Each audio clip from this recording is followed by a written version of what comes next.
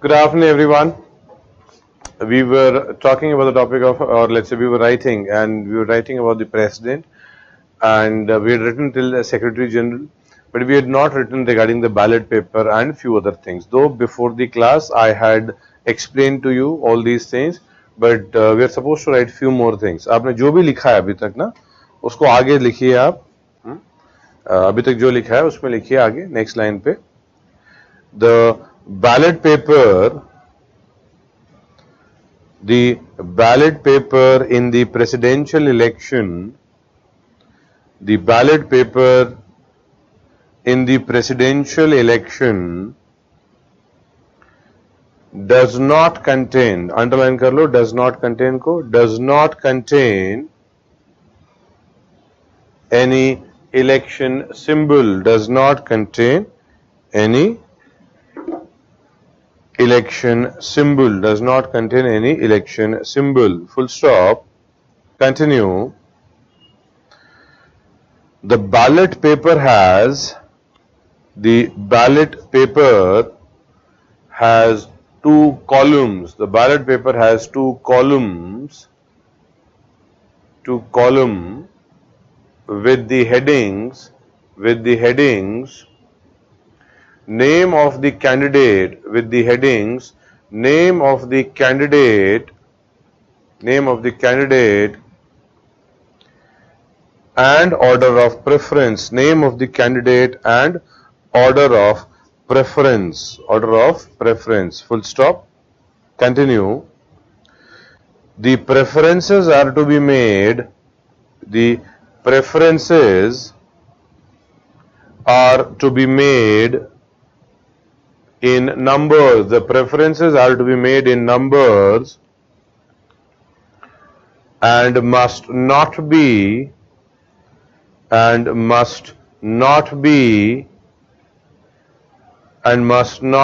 indicated in words, and must not be indicated in words. Next line. Elected members of parliament and the members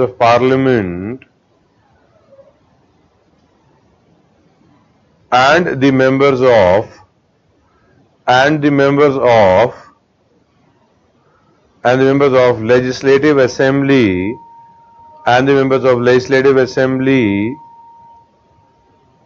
are free to abstain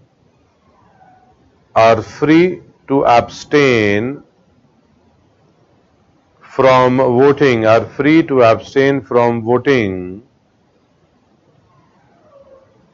in the presidential election, Free to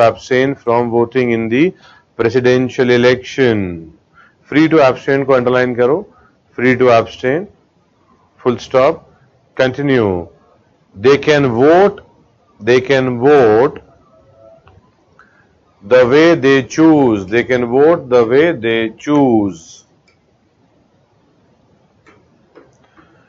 Whip, देखिए, whip cannot be issued for these elections.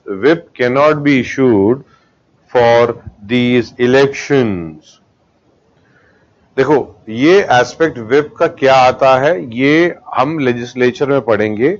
As of now आप समझिए कि ये whip जैसे Hunter type का कोई चीज हो गया. एक आदमी को whip जैसा डेजिग्नेट कर दिया जाता है. वो बोलेंगे कि आज आपको आना है तो आना ही है, आज आपको वोट करना है तो वोट ही करना है, आपको नहीं वोट करना है तो कैसे नहीं वोट करना है. ये कॉन्सेप्ट whip का होता है. हाउएवर इट इज नॉट, इतना छोटा नहीं है, इस पे थोड़ा और बड़ा डिस्कशन है.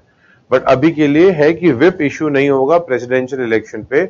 मतलब कोई किसी को नहीं बोल सकता है कि ऐसे ही वोट करो आप, वो अलाउड नहीं है. हाँ, जब नॉर्मल लॉ पास होगा, कोई भी लॉ पास हो रहा है, तब whip इश्यू हो सकता है. बट whip सेपरेट डिस्कशन है हमारा. ठीक है, तो इसको हम आगे डिस्कस करेंगे बेटा. नेक्स्ट लाइन पे लिखिए, elected members of a suspended assembly. Now suspended assembly किस में आएगा? आर्टिकल 356 के डिस्कशन पे ये आ जाएगा. ठीक है, of a suspended assembly, bracket लिख लीजिए 356.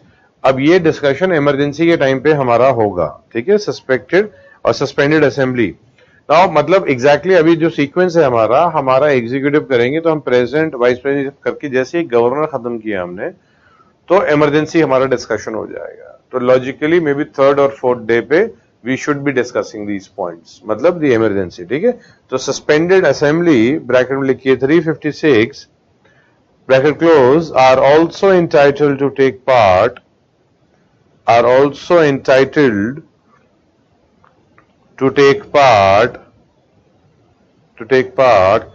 in the presidential election are also entitled to take part in the presidential election but not the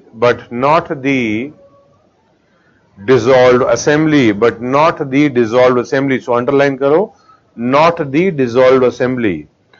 तो डिसॉल्व असेंबली का मतलब ये भी आगे डिस्कशन है, बट आप बेसिक समझिए। सस्पेंशन मतलब एमएलए है बट अभी सस्पेंडेड है, तो सस्पेंशन वाला हम देखेंगे बाद में।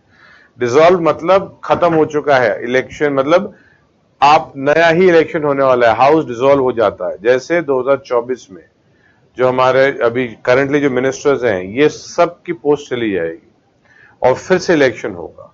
सेम लोग जीत के आए मेजोरिटी में तो सेम लोग फिर से मिनिस्टर्स बन जाएंगे। हो सकता है कोई और जीत जाए तो दूसरे बन जाएंगे। सेम लोग भी जीते तो हो सकता है सेम को मिनिस्ट्रीशिप सेम को ना मिले, हो सकता है इस बार किसी को डिफेंस मिला, कल को उनको फाइनेंस मिल सकता है, ये कुछ भी होगा। बट डिसॉल्व असेंबली मतलब कि वो अब फ्रेश इलेक्शन से ही नए लोग आएंगे। डिसॉल्व असेंबली नहीं पार्ट लेती है प्रेसिडेंशियल इलेक्शन पे, सस्पेंडेड असेंबली पार्ट लेती है। ठीक है, ये है हमारे अभी कॉन्टेक्स्ट के लिए इंपॉर्टेंट। नेक्स्ट लाइन पे लिखिए आप, if Lok Sabha is dissolved, if Lok Sabha is dissolved, comma, then what would happen? Then what would happen for the presidential election? Then what would happen for the presidential election? There is no constitutional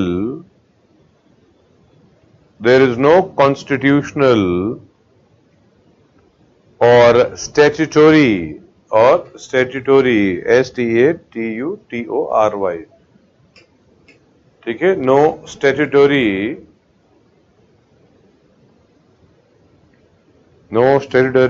law in this regard, statutory law in this regard, full stop. Next line, an elector can only propose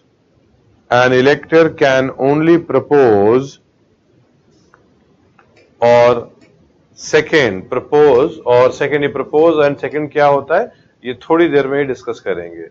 ठीक है, can propose or second one candidate's name,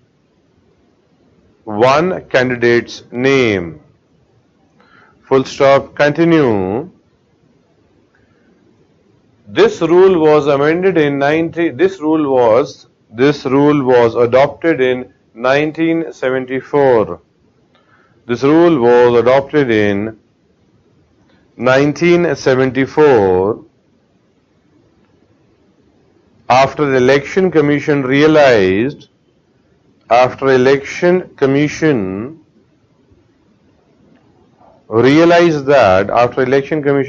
that in earlier polls, comma, several candidates submitted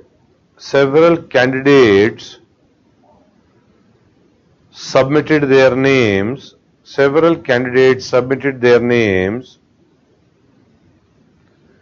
even though they did not have even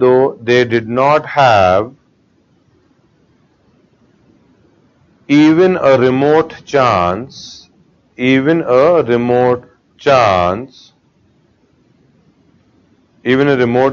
of getting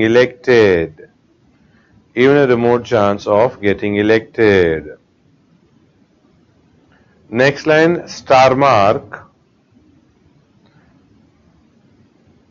green colored ballot papers, green color ballot papers for MP, green colored ballot paper for MP and pink for MLA and pink for MLA. ठीक है? देखो president साहब अगर नहीं, मान लो if he dies और if he resigns then vice president president बन जाते हैं, ठीक है। हाउएवर मान लो दोनों ही नहीं है, प्रेसिडेंट साहब की भी डेथ होगी, वाइस प्रेसिडेंट की भी डेथ होगी, तो ये दोनों वेकेंट हो जाएंगे। अब कौन प्रेसिडेंट बनेगा? तो एज पर कॉन्स्टिट्यूशन कुछ नहीं लिखा हुआ है। पीपल अज्यूम कि सीजेआई जो है वो बन जाते हैं, ये एज पर कॉन्स्टिट्यूशन नहीं, ये एज पर लॉ है।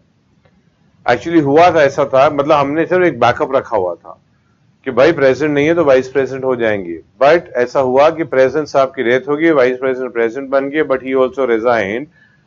अब दिक्कत आ गई कि अब कौन होगा, तो फिर लॉ लेके आए हैं, ठीक है। तो कॉन्स्टिट्यूशनली ऐसा कहीं नहीं लिखा है कि दोनों वेकेंट हो गए फिर क्या होगा, इसको भी लिखिए आप, ठीक है। इसमें तो बहुत लोग एरर कर देंगे, लिख लीजिए, नेक्स्ट लाइन पे लिखिए, Constitution does not provide for, Constitution does not provide for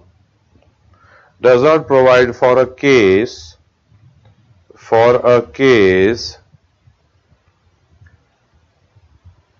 where a vacancy occurs,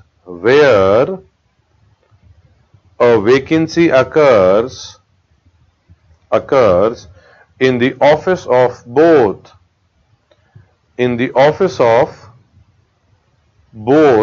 the president, in the office of both the president and vice president, the president and vice president simultaneously, the president and vice president simultaneously,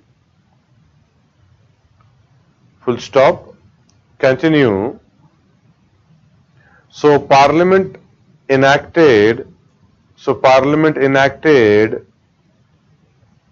the president,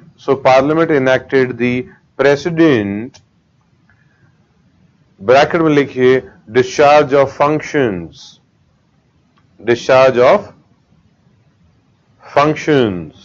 bracket close, Act 1969, Act 1969, ठीक है। सो ये basically 69 में ऐसा हुआ था, most probably if I am not wrong, so this was, you may cross check it, however ये उस time पे क्या हुआ था, शायद डॉक्टर जाकिर हुसैन जो थे, शायद उनकी डेथ हो गई थी। तो उस कॉन्टेक्स्ट में क्या हुआ, दी वाइस प्रेसिडेंट साहब मोस्ट प्रोबेबली वीवी गिरी साहब होने चाहिए थे। सो ही became the president because president साहब की डेथ होगी, so वाइस प्रेसिडेंट साहब बन गए प्रेसिडेंट। हाउएवर वीवी गिरी साहब खुद उन्होंने भी रिजाइन कर दिया बाद में, क्योंकि वो चाहते थे कि वो प्रेसिडेंट के लिए लड़ लें वो, तो he wanted some time for it, तो उन्होंने रिजाइन कर दिया। तो मतलब जब वो वाइस प्रेसिडेंट बन गए तो वाइस प्रेसिडेंट खाली हो गया, उन्होंने रिजाइन भी कर दिया अपने वाइस प्रेसिडेंटशिप से भी, मतलब जब भी टेम्पररी जो थे वो प्रेसिडेंट कॉन्टेक्स्ट में भी, तो ये रिजाइन एक्चुअली, तो दोनों ही गायब हो गया फिर हमारे पास, ठीक है। तो तब लॉ लेके आए and Mohammad Hidayatullah, he was the CJI at that time. तो अकेले सीजेआई जो प्रेसिडेंट बने हैं वो है मोहम्मद हिदायतुल्लाह। तो this also picture now you know clearly, ठीक है। नाउ देखो,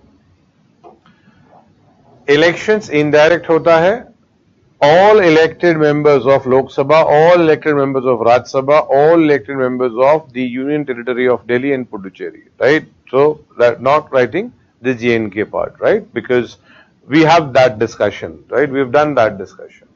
Now, don't go into all these calculations. कि ये कौन है, this multiplied by that, that multiplied by this, not important for the exam in terms of the background कि क्यों है, सिर्फ numbers देख लीजिएगा। Now, let's continue the discussion. देखो, मिनिमम क्वालिफिकेशन जो है सिटीजन होनी चाहिए, ठीक है। Now in terms of the जो हमारा जो मतलब एग्जीक्यूटिव है ना, आपको पहले ये फैक्चुअल इंफॉर्मेशन ऐसे समझा दूंगा and then we'll have a discussion of mains. जो मेंस का डिस्कशन होगा उसमें पीटी की भी बहुत इंफॉर्मेशन आएगी। अब बट ये तो पूरा एरिया पीटी का ही चल रहा है ना। क्वालिफिकेशन जो है सिटीजन की होनी चाहिए। इंडिया में यूएस में एक फर्क है in terms of citizen. US में भी सिटीजन होना चाहिए, you want to be the president. India में भी सिटीजन होना चाहिए, you want to be the president. दोनों ही कॉन्टेक्स्ट में। बट वहां पे है कि you need to be born citizen, मतलब you need to be born in US. India में क्या है, you need to be a citizen. कैसे भी बन जाओ आप, मतलब कैसे, मतलब लीगल तरीके से। तो कोई भी पर्सन, इमेजिन है कि कोई मान लो श्रीलंका से आ जाए, कोई बांग्लादेश से आ जाए, कोई पाकिस्तान से आ जाए, कोई रशिया से आ जाए, यूएस से आ जाए, कहीं से भी आ जाए कोई, अगर वो लीगली इंडियन जो बन चुके हैं तो मतलब, तो फिर वो भी एलिजिबल हो जाएंगे। हमारे यहाँ बॉर्न सिटीजन का कॉन्सेप्ट नहीं है, यूएस में बॉर्न सिटीजन का है। बट ये सिर्फ यूएस में प्रेसिडेंट के कॉन्टेक्स्ट की बात चल रही है। जैसे somebody would like to become a governor in US, तो गवर्नर एक नॉन बॉर्न सिटीजन भी बन सकता है। जैसे अगर हम आर्नोल्ड शॉर्जनेगर देखें, सो आर्नोल्ड शॉर्जनेगर हैड बिकम गवर्नर। वो तो वहां बॉर्न यूएस सिटीजन नहीं है, वो तो बाद में उन्होंने सिटीजनशिप ली हुई है। सो इसी के लिए जो हमारा कॉन्टेक्स्ट है ये सिटीजन का, ये उनसे यूएस से थोड़ा डिफरेंट लगेगा। ठीक है, मिनिमम एज हमारी 35 साल रखी हुई है। ठीक है, नाउ आपको ध्यान क्या देना है, एक तो इसमें लिखा है should be qualified, this portion should be qualified, मतलब कहीं नहीं ये नहीं होना चाहिए उसमें लिख के आ जाए कि should be a member of Lok Sabha. वो बोल रहे हैं qualification should be qualified for election as member of Lok Sabha, should be qualified for election as member of Lok Sabha.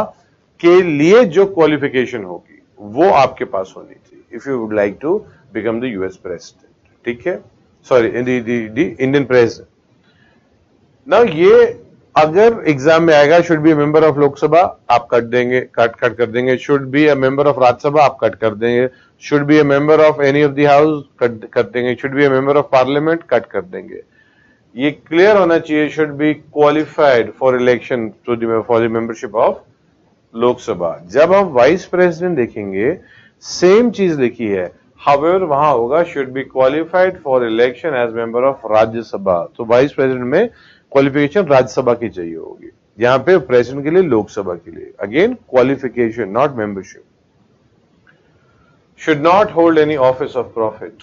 ठीक है, ऑफिस ऑफ प्रॉफिट नहीं होल्ड करना चाहिए ना। Office of profit itself is a discussion, ये पीटी मेंस दोनों के कॉन्टेक्स्ट में आ सकता है। एज ऑफ नाउ ये हम कॉन्टेक्स्ट जब डिस्क्वालिफिकेशन ऑफ मेंबर्स हम चेक करेंगे आर्टिकल 102 के टाइम पे हम लोग इसको देखेंगे ऑफिस ऑफ प्रॉफिट को। अभी के लिए तब तक जब तक भी वो डोमेन नहीं आता है, आप मान के चलिए ऑफिस ऑफ प्रॉफिट में वो है जो मान लो कोई गवर्नमेंट है, वो रिक्रूटमेंट कर रही है, कहीं पे अपॉइंटमेंट कर रही है, सैलरी दे रही है, रिमूवल की पावर है। अगर ऐसी कोई ऑर्गेनाइजेशन है, आप और छोटा और इजी कर लो, सरकारी नौकर हो तो आप इलेक्शन नहीं लड़ सकते हो। If you are a government servant you can't contest election, मतलब if you are an IAS officer you can't contest election, you will resign and then contest.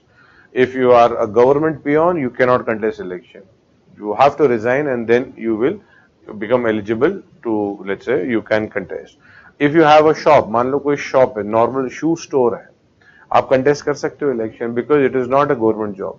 It's not so simple, office of profit सिर्फ government job नहीं है। However that is another discussion. So अब मान के चलेंगे एक private school का peon is eligible to contest election without even living the job. Job छोड़ने की जरूरत नहीं है, वो तो अपना, there are many politicians who are industrialist, वो जॉब थोड़ी छोड़ के बैठे हैं और दे नॉट, मतलब they can continue having their business. However government servant है फिर नहीं कर सकते हैं वो। ठीक है, एज ऑफ नाउ इतना ही अंडरस्टैंडिंग रखिए, बाकी जो क्वेरीज होंगे ऑफिस ऑफ प्रॉफिट की वो तब लेंगे हम लेजिस्लेचर के टाइम पे। नाउ 50 प्रपोजर्स 50 सेकेंडर्स, ये अभी हमने लिखा था ना, a person can only propose one और सेकेंड वन पर्सन। अब प्रपोजर सेकेंडर्स होता क्या है? 50 लोग, ये 50 कौन है? Electoral college. इलेक्टोरल कॉलेज क्या होता है? All elected members of parliament, state legislature and these two UTs which we had seen. इनके कोई भी 50 लोग, इनमें से कोई भी, वो बोलेंगे जैसे एक्स है, मान लो let's say they would like the X to be the president, so these 50 would say I propose this X and 50 would second them that मैं इनको ये जो बोल रहे हैं मैं भी इनके साथ सहमत हूं। So they are seconding the aspect. So अगर आप 50 लोग कोई भी मतलब दी इलेक्टोरल कॉलेज के, if they want that somebody needs to be the president, so वो वाई होंगे, 50 वाई को बोलेंगे भैया आई propose this, let's say these 50 people would say for Y and other 50 also has to second them, कि बोलेंगे ठीक है हम ये जो बोल रहे हैं उनके साथ सहमत है। प्रपोजर्स, सेकेंडर्स, एमपी भी हो सकते हैं, एमएलए भी हो सकते हैं। डोंट थिंक कि ये एमपी ही होने चाहिए, एमपी भी हो सकते हैं, एमएलए भी हो सकते हैं, मिक्स भी हो सकते हैं, कुछ एक एमपी बाकी एमएलए, ये कोई भी होगा, ये इलेक्टोरल कॉलेज से ही लोग होंगे। तो इलेक्टोरल कॉलेज में जो होंगे, मतलब प्रपोजर सेकेंडर जो होंगे नॉमिनेटेड लोग नहीं हो सकते, बिकॉज इलेक्टोरल कॉलेज में नॉमिनेटेड मेंबर्स आते ही नहीं, राइट? ठीक है, आई होप ये जो अब 1974 वाले का कॉन्टेक्स्ट है, ये आपको अभी थोड़ी देर पहले जो लिखा था प्रपोज और सेकेंड, ये कॉन्टेक्स्ट क्या था कि हर आदमी, अब ये 50 लोग हैं, ये भी 50 लोग क्या है, किसी को भी प्रपोज कर रहे हैं और ये किसी का सेकंड भी बन रहे हैं, they used to second also, मतलब प्रपोजर्स भी बन रहे हैं, सेकेंडर्स भी बन रहे हैं। तो we had many more people who could become eligible to contest election of the president. However उनके जीतने की कोई संभावना नहीं थी, क्योंकि more than 50% of the votes mandatory मिलने चाहिए अगर किसी को इंडियन प्रेसिडेंट बनना है। तो possibility of getting more than 50% जो है वो बहुत कम लोगों के पास हो सकती है। आप समझो कि 10 लोग खड़े हो रहे हैं, 10 के पास प्रोबेबिलिटी नहीं होगी। तो हम चाहते थे कि अननेसेसरी लोग ना खड़े हो, इसकी वजह से ये बना दिया भाई आप तो या तो प्रपोज करोगे या तो सेकंड करोगे आप। नाउ 15,000 डिपॉजिट है टू आरबीआई। एग्जाम में क्या पता एसबीआई लिख दे वो, तो आरबीआई को डिपॉजिट दिया जाता है, ठीक है।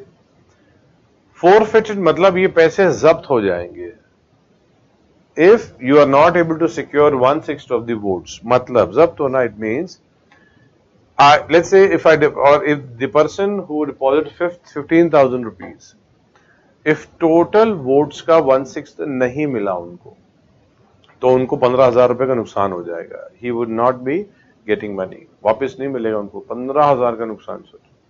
इस the amount is less, 15,000 में फर्क भी नहीं पड़ेगा उन्हें, the one who's contesting the presidential election। however ये 15,000 रुपए है अमाउंट, तो इसको अमाउंट को भी याद रखना पड़ेगा। ये हम लोग क्यों इंक्रीज नहीं करते हैं अमाउंट को? Because otherwise poor would never be able to contest election, वो बात अलग है। When we would see electoral reforms, we would see कि poor is never able to contest election majority of the time. ऐसा नहीं है, we don't have poor politicians. However we would see that if the person is a crorepati, then probability of winning an election is much more than somebody who is a lakpati। ये मैं नहीं, मतलब government की reports बता रही हैं अलग अलग, एंड द एनजीओस की रिपोर्ट भी होती है। However you get this idea that is 15,000 to RBI. आपको पैसा सर वापस नहीं मिलेगा अगर 1/6 ऑफ द वोट्स नहीं मिलते हैं। There are many political parties, even famous political parties, जिनका बोलते हैं कि जमानत जब्त होगी इनकी। इसका मतलब even 1/6 of the total votes polled उस कॉन्स्टिट्यूएंसी में उनको नहीं मिला है। That shows they never had the real chance of winning an election. वो बस खड़े हो गए वो, इसके लिए एज अ पनिशमेंट रहता है वैसे, बट यू नो दैट ये तो कोई इसका वैल्यू ही नहीं होगा अमाउंट की। Oath by CJI, chief justice of India जो है, ये प्रेसिडेंट साहब को ओथ देंगे।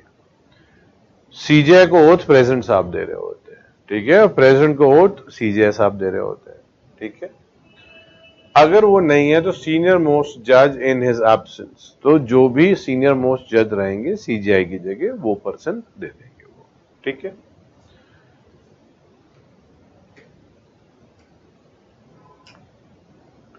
should not be a member of either house of the parliament or of state legislature। मतलब वो कोई एमपी नहीं रहेंगे, वो कोई एमएलए नहीं रहेंगे, वो if you are an MP you can't be the president. मतलब वो बात अलग है कि once you get elected it is deemed to be known that आपने सीट छोड़ दिया है, मतलब दो ऑफिस को साथ में होल्ड नहीं करोगे आप, ठीक है। So should not be a member of either house of the parliament और of the state legislature. Allowances and privilege as may be determined by the parliament, ठीक है।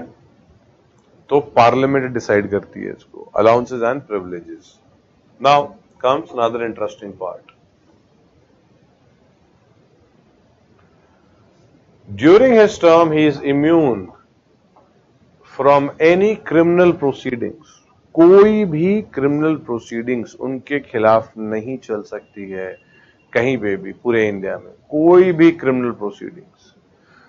और बड़ी बात क्या है, even for his personal acts also. मतलब राष्ट्रपति ने अगर कोई, इमेजिन करो कि खुदा ना खास्ता ऐसे, मतलब जैसे इमेजिन में किसी को मार दिया, मान लो, और ऑफिशियल कैपेसिटी में नहीं कि किसी को बोला कि डेथ पेनल्टी दो, नहीं, पर्सनल कैपेसिटी में ही हो गया मान लो, तो भी कोई केस उनके खिलाफ नहीं चल सकता है, कोई नहीं। He is immune from all criminal proceedings, किसी भी टाइप का आप इमेजिन करो वो इम्यून रहेंगे। अब ये ध्यान देना है कि सिर्फ क्रिमिनल प्रोसीडिंग्स की उनको छुट्टी मिली हुई है, मतलब छुट्टी in the sense he could not be और वो charged for criminal cases, but civil cases में जो है उसमें उनको आप 2 महीने का नोटिस देने के बाद उन पे स्टार्ट किया जा सकता है इशू, ठीक है। तो अगर लिख के आएगा all the president is immune from all types of proceedings, वो गलत हो जाएगा। Article 361 does talk about immunity, but it is providing immunity in criminal cases, but in civil cases, and criminal मतलब पर्सनल कैपेसिटी में भी, but civil जो case होगा personal capacity में इनिशिएट किया जा सकता है। देखो, after giving 2 months notice, civil proceedings, तो मैंने बोला ना कि दोनों नहीं, सिविल प्रोसीडिंग्स, यहां आप नोटिस करेंगे क्रिमिनल लिखा हुआ है, तो क्रिमिनल प्रोसीडिंग तो इम्यून है पर्सनल कैपेसिटी पे। Civil proceedings can be instituted against him during his office in respect of his personal act. मतलब क्रिमिनल प्रोसीडिंग तो पर्सनल एंड ऑफिशियल दोनों के कॉन्टेक्स्ट में ही आप नहीं कर सकते हो इनिशिएट, बट सिविल के मैटर में आप पर्सनल एक्ट पे कर सकते हो 2 महीने का नोटिस देने के बाद। तो वो राष्ट्रपति हैं, उसके बावजूद उन पे केस चलाया जा सकता है, 2 महीने का नोटिस जाएगा एंड सिविल केसेस में, ठीक है, ठीक है, बट क्रिमिनल में नहीं होगा।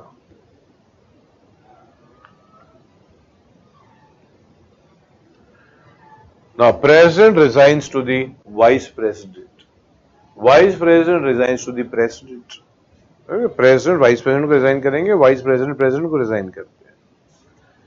Election to fill vacancy within 6 months, मतलब अगर if at all the president dies, god forbid the president dies, then the vice president would become the president maximum for 6 months, because another president needs to be appointed, basically elected, or there has to be an election, and finally you need to have another president for 6 months, or they say within 6 months.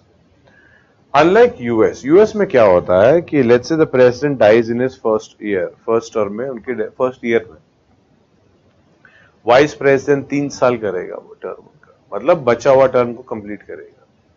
The president dies in 3rd year, vice president would do 1 year term, मतलब as a president. The president dies in 2 year, vice president would do 2 years. ठीक है, तो now you know the calculation. In India, vice president cannot continue for more than 6 months as a president. दूसरा president लाना mandatory है।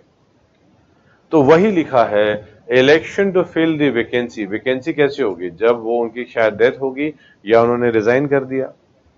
तो election to fill the vacancy within 6 months, जब हम vice president के लिए पढ़ेंगे तो वहां पे हम देखेंगे it is written that the election to fill the vacancy of vice president, मतलब प्रेसिडेंट साहब को तो 6 महीना है, but election to fill the vacancy of vice president वहां पे लिखा होगा एज सून एज पॉसिबल, वहां पे एज सून एज पॉसिबल लिखा हुआ है, ठीक है।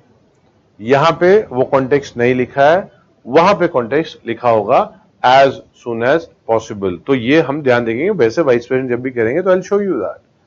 So we've seen that if the president dies within 6 months, the election needs to be done. The president takes oath from the CGI, the CGI takes oath from the president, the CGI resigns to the president, president resigns to the vice president, vice president resigns to the president। मतलब आप देख रहे हैं ये बीच में linkage है, president को oath CGI दिलाएंगे बट प्रेसिडेंट रिजाइन जो है वो वाइस प्रेसिडेंट करेगा, वाइस प्रेसिडेंट प्रेसिडेंट को वो करेंगे, ठीक है, क्या कहते हैं, रिजाइन करेंगे, right.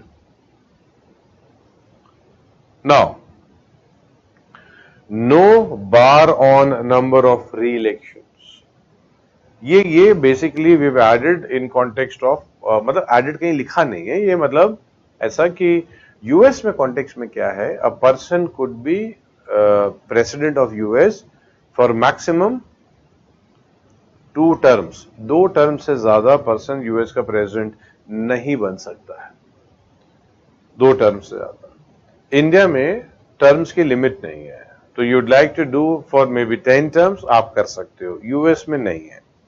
Now because of this context people believe that there is no person in the US who has done more than 2 terms as a president. However, this is wrong.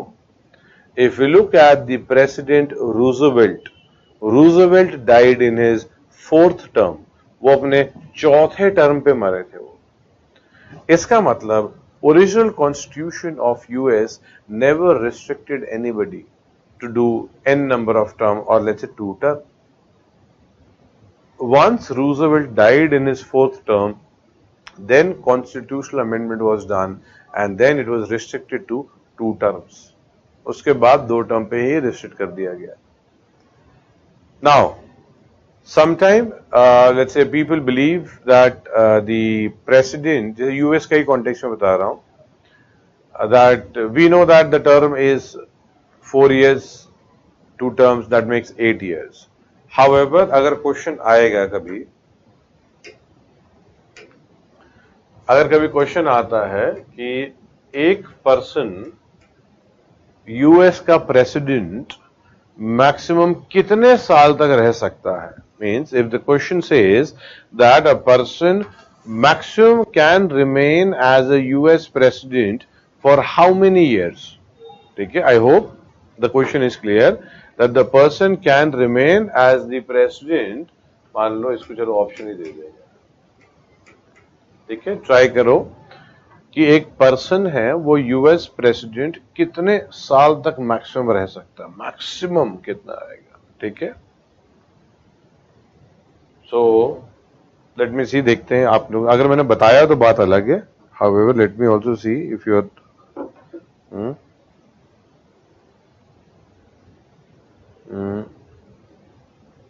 Got, चलो ठीक है, कोई बात नहीं, आप लोग आपके हिसाब से देखिएगा। However I just wanted to see your answers also.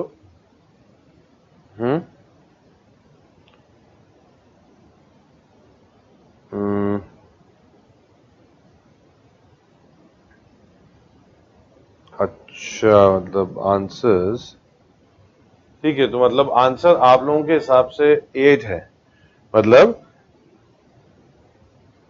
However नहीं, सी 6 टाइम्स है, ये कौन आ गया बड़ा, ठीक है, नहीं नहीं नहीं, कोई बात नहीं, कोई बात नहीं, कहां से 6 टाइम आ गया, 8 टाइम्स 6 टाइम्स 8 8 8, ठीक है। नाउ नाउ नाउ देखो, बेसिक एस्पेक्ट इज, यस यहीं पे मिस्टेक होती है बेटा, ऑल द पीपल, सबका ही आंसर 8 साल आ रहा है ना, ठीक है, 12 साल, अच्छा ये एक और कॉन्टेक्स्ट आ गया कहीं से, ठीक है ठीक है, तो डोंट फॉरवर्ड मी, मतलब अच्छा आप लोग अपना भेज सकते हो, but to the class coordinator don't send me, I am able to see the things, हाँ you send me only the queries as of now, don't send me their answers as of now, ठीक है। Now the point is, the answer is C 10 years, ठीक है। I am not sure exactly how can somebody calculated 12 years, however अगर 8 बोला है तो 8 में I can still understand that why there is a mistake or why there is this problem. वापस से मैं समझाता हूँ. Now the question is again clear. If how many years a person could be US president maximum? This is the clear cut question. ठीक है? And the answer is 10 years. Let me explain it to you. President है, vice president. ठीक है? हम US का context में बात करते हैं. US में the president dies in 1 year. The vice president becomes the president for 3 years. ठीक है, आई होप मतलब वीपी के सामने लिखा हुआ है, but he is also now becoming the president. Now if vice president dies in 2 years, he has 2 years. If the vice president dies in 3 years, he has 1 year, right? Basic normal calculation. Now imagine that this person ये 3 साल के लिए तो vice president बन गया. Now if he gets elected again, there could be a possibility he contests election again for president, not for vice president, right? तो वो एक टर्म ही कर सकते हैं, बिकॉज एक टर्म तो उनका हो गया. तो 3 + 4 हो जाता है 7. ठीक है, अब ये 2 साल का इन्होंने मान लो टर्म कर लिया, तो एक बार एलिजिबल हो रहे हैं. And if he is able to win, ये कॉन्टेक्स्ट तब है, if he is able to win, then ये क्या हो जाएगा, देन अगेन इनके पास तो ये तो 6 साल हो गया इनका प्रेसिडेंट का. ये तब है अगर वो दोबारा जीतते हैं एज प्रेसिडेंशियल इलेक्शन. ये अजम्पशन है. ये अगर 1 साल के लिए बन पाए तो 4 है, ये तो 5 है. हाउएवर अगर वो 2 टर्म करते हैं तो उनको तो 8 इयर्स मिलते हैं. And that's how you were coming to 8 years, 4 + 4. But आप देख रहे हो कि vice president becoming the president, तो उनका तो नुकसान हो जाता है.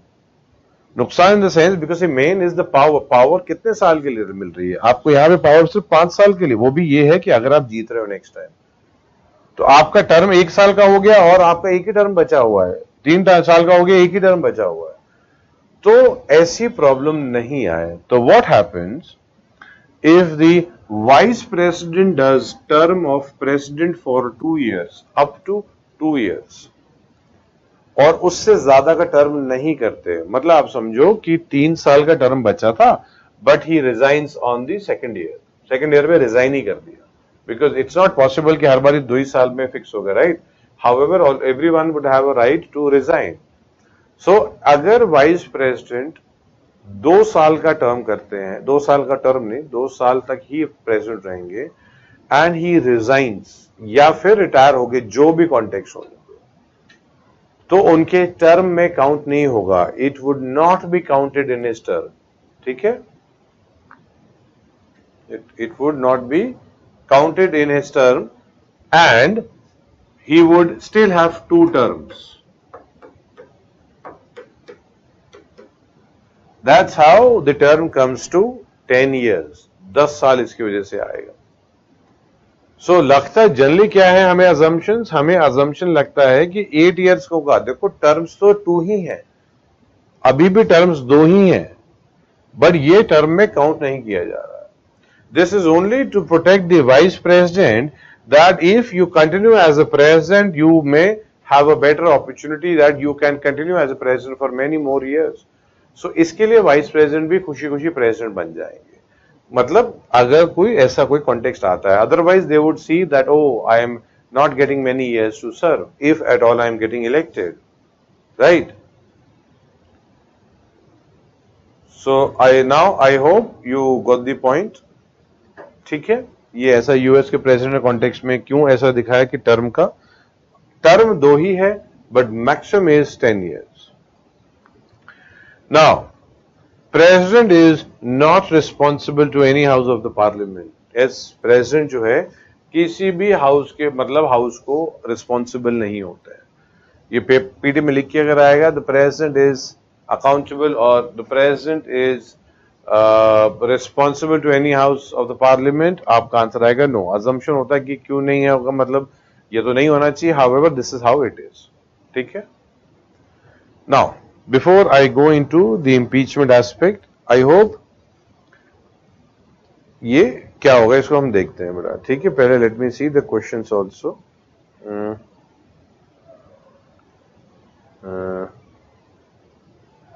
ठीक है. Now, sir, our judicial part is complete. So can you provide that the judicial PDF, judiciary का पीडीएफ? तो बेटा वो तो मतलब कोई स्पेशल पीडीएफ नहीं था जुडिशरी का. I have not used any special PDF of judiciary. मतलब इट इज ओनली दैट वो आर्टिकल पीडीएफ से कट करके प्रोवाइड किया. प्रेसिडेंट वाइस मतलब ये एग्जीक्यूटिव कॉन्टेक्स्ट में है. हाँ, may be that question bank जो है, क्वेश्चन बैंक प्रोवाइड कर देता, मतलब question which I had asked. However in terms of the PDF, वो सेम आर्टिकल का बस पीडीएफ, वो आर्टिकल को कट कर लिया हुआ था और कोई स्पेशल नहीं है पीडीएफ. ठीक है. So why are nominated members not considered for the election to the office of the president? Is this not discrimination under Article 14? तो देखो, नॉमिनेटेड मेंबर्स को वोट, क्वेश्चन है नॉमिनेटेड मेंबर जो है उनको प्रेसिडेंट के इलेक्शन के लिए क्यों नहीं कंसिडर किया जाता. तो कॉन्टेक्स्ट अब आपको मैं इसके साथ बताऊंगा जब इम्पीचमेंट का पार्ट आता है. तो ठीक है, तो ये पोर्शन अभी हम लोग देखेंगे. ठीक है, तो एक बार sir, common citizen can contest president election if any party not supported. Support नहीं, सपोर्टेड होगा ना बेटा. देखो, आप में हम प्रेसिडेंट के लिए इलेक्शन तभी लड़ सकते हैं अगर हमें 50 प्रपोजल्स 50 सेकेंडर्स आ जाए. अगर हम 50 लोगों का, जो लोग हमें वोट करने वाले हैं, उनका हम सपोर्ट ले नहीं सकते हैं, तो फिर तो कोई खड़ा होने का मतलब ही नहीं है, तो वेस्टेज है. अदरवाइज तो यू अलाउ एनीबडी, तो कोई भी आदमी प्रेसिडेंट का इलेक्शन खड़ा हो जाएगा. भाई, you may have 1 lakh people standing for the presidential election. क्या है, थोड़ा पैसा देना, 15,000 रुपए देने, 15,000 देने, थोड़ी पब्लिसिटी मिल जाएगी, पुलिस का गार्ड मिल जाएगा हमें 1 ही महीने के लिए, 10 दिन के लिए, right. So lot of resources would be wasted. So people who are contesting election, कुछ तो उनके पास ओनस होना चाहिए, रिस्पॉन्सिबिलिटी, कि कोई भी मुंह उठा के नहीं आ जाए इलेक्शन की. Even if an independent candidate is contesting election, उनको भी 10 लोग बोलते हैं, 10, वो अलग है इलेक्शन का, वो अलग देखते हैं हम लोग. इंडिपेंडेंट, अभी इसमें कंफ्यूज मत होना. ठीक है sir. Secondary members means supporters. बेटा, सेकेंडरी मेंबर्स कुछ होता ही नहीं. सेकेंडरी नहीं, सेकेंड, आई सेकेंड दैट, मतलब वो मेंबर्स ही हैं, वो मेंबर्स ही होंगे, मतलब प्रपोजल्स होंगे. मान लो एक एमपी है, वो 50 एमपी हो गए, उन्होंने बोल दिया ये फर्स्ट, मतलब ये है हमारे लिए, और पीछे से बाकी 50 बोलते हैं, ये जो 50 बोल रहे हैं हम उनको सपोर्ट कर रहे हैं, तो दोनों के लेवल में कोई फर्क नहीं है. हाउएवर, एक का नाम प्रपोजर में लिखा जा रहा है, एक का नाम सेकेंडर में लिखा जा रहा है, सिर्फ यही फर्क है. सेकेंडरी मेंबर्स नहीं होता कोई, सब प्राइमरी मेंबर्स है. बट लिस्ट में जो 50, अगर मेरा ना, if I am an MP, मैं एमएलए भी हो सकता हूं, बिकॉज प्रपोजर सेकेंडर्स में कोई भी हो सकता है. If I am MP and I, मतलब with 50 people, could be MP MLA, जो भी, किसी एक्स का नाम दे रहे हैं और बोलेंगे भाई हमारे हिसाब से ये होना चाहिए, तो हम 50 में प्रपोजर्स हो गए. But we also requires 50 more also, कि हम जो बोल रहे हैं उसमें भी सेंस है. तो 50 बोलेंगे अरे मैं इनके साथ सहमत हूं, तो 50 proposers 50 seconders. However, all are having same membership. Same मतलब या तो एमपी है इलेक्टेड या तो एमएलए इलेक्टेड है. ठीक है. Now, why president is immune from any criminal proceeding, does he is above the law? बेटा देखो, इक्वालिटी के कॉन्टेक्स्ट में yes, there are certain people जिनको डिफरेंट ट्रीटमेंट मिलता है, डिफरेंट ट्रीटमेंट. इसमें प्रेसिडेंट साहब आते हैं, इसमें गवर्नर्स आते हैं, इसमें जजेस आते हैं, एम्बेसडर्स आते हैं, डिप्लोमेटिक इम्यूनिटी वाले लोग आते हैं. मतलब ये नहीं है कि उनके खिलाफ एक्शन नहीं हो सकता है, वो अलग कॉन्टेक्स्ट है बस. He is not above the law. However, criminal acts में क्या है, अगर प्रेसिडेंट, देखो सारे action, all actions are taken in the name of the president, but president खुद से कुछ नहीं कर रहे होते. दिस इज व्हाट, इस सारे डिस्कशन के बाद हमारा डिस्कशन ही वही आएगा. ठीक है. तो हम ये देखेंगे कि प्रेसिडेंट को इम्यूनिटी क्यों मिली हुई है, इसको हम देखेंगे जब हम डिस्कशन करेंगे अभी. ठीक है. डिस्कशन क्या होगा, प्रेसिडेंट रबर स्टैंप है कि नहीं रबर स्टैंप है, देखते हैं इसको बेटा. ठीक है. Is there any particular reason behind why civil proceeding at the present are allowed but criminal? बेटा प्रेजेंट के कॉन्टेक्स्ट में बहुत देखो, सिविल तो पर्सनल कैपेसिटी पे जनरली ज्यादा होता है इश्यूज, क्रिमिनल की पॉसिबिलिटी कम होती है। However we wanted the head, जो है देखो हेड को इम्यून रखना चाहते थे, और प्रेजेंट के कॉन्टेक्स्ट में इतने ज्यादा एक्शंस होते हैं that there could be a possibility कि किसी को वो क्या कहते हैं, क्रिमिनल केसेस में क्या होता है, अरेस्ट का कॉन्टेक्स्ट आ जाता है। It would be too sad कि भाई अरेस्ट हो जाएंगे, तो इस टाइप के चार्जेस के लिए हेड एकदम से जाके अरेस्ट हो गए, तो कुछ कॉन्टेक्स्ट में हाँ, क्या उनको इम्पीच हम कर सकते हैं, हम देखेंगे उसको, ये देखेंगे हम लोग। As of now just hold, ठीक है sir. Is there was maximum age limit? नहीं, कोई एज लिमिट वगैरह का तो कोई कॉन्टेक्स्ट नहीं है भाई। डोनाल्ड ट्रंप इतने ओल्ड थे, ओबामा साहब इतने यंग थे, नहीं वो कर सकते हैं। डोनाल्ड ट्रंप भाई वो मतलब फिर से वो बनना चाहेंगे तो वो बनने की कोशिश कर सकते हैं। एज का तो कोई ऐसा कोई दिक्कत नहीं, टर्म का है, 2 टर्म, ठीक है। Now let's try to first see impeachment, इससे हमें और भी अंडरस्टैंडिंग आती है कुछ। Now impeachment is violation of the constitution, ये ग्राउंड है, and I have told you ground आपको पक्का याद रहना चाहिए। जैसे सुप्रीम कोर्ट के जजेस के लिए क्या ग्राउंड था?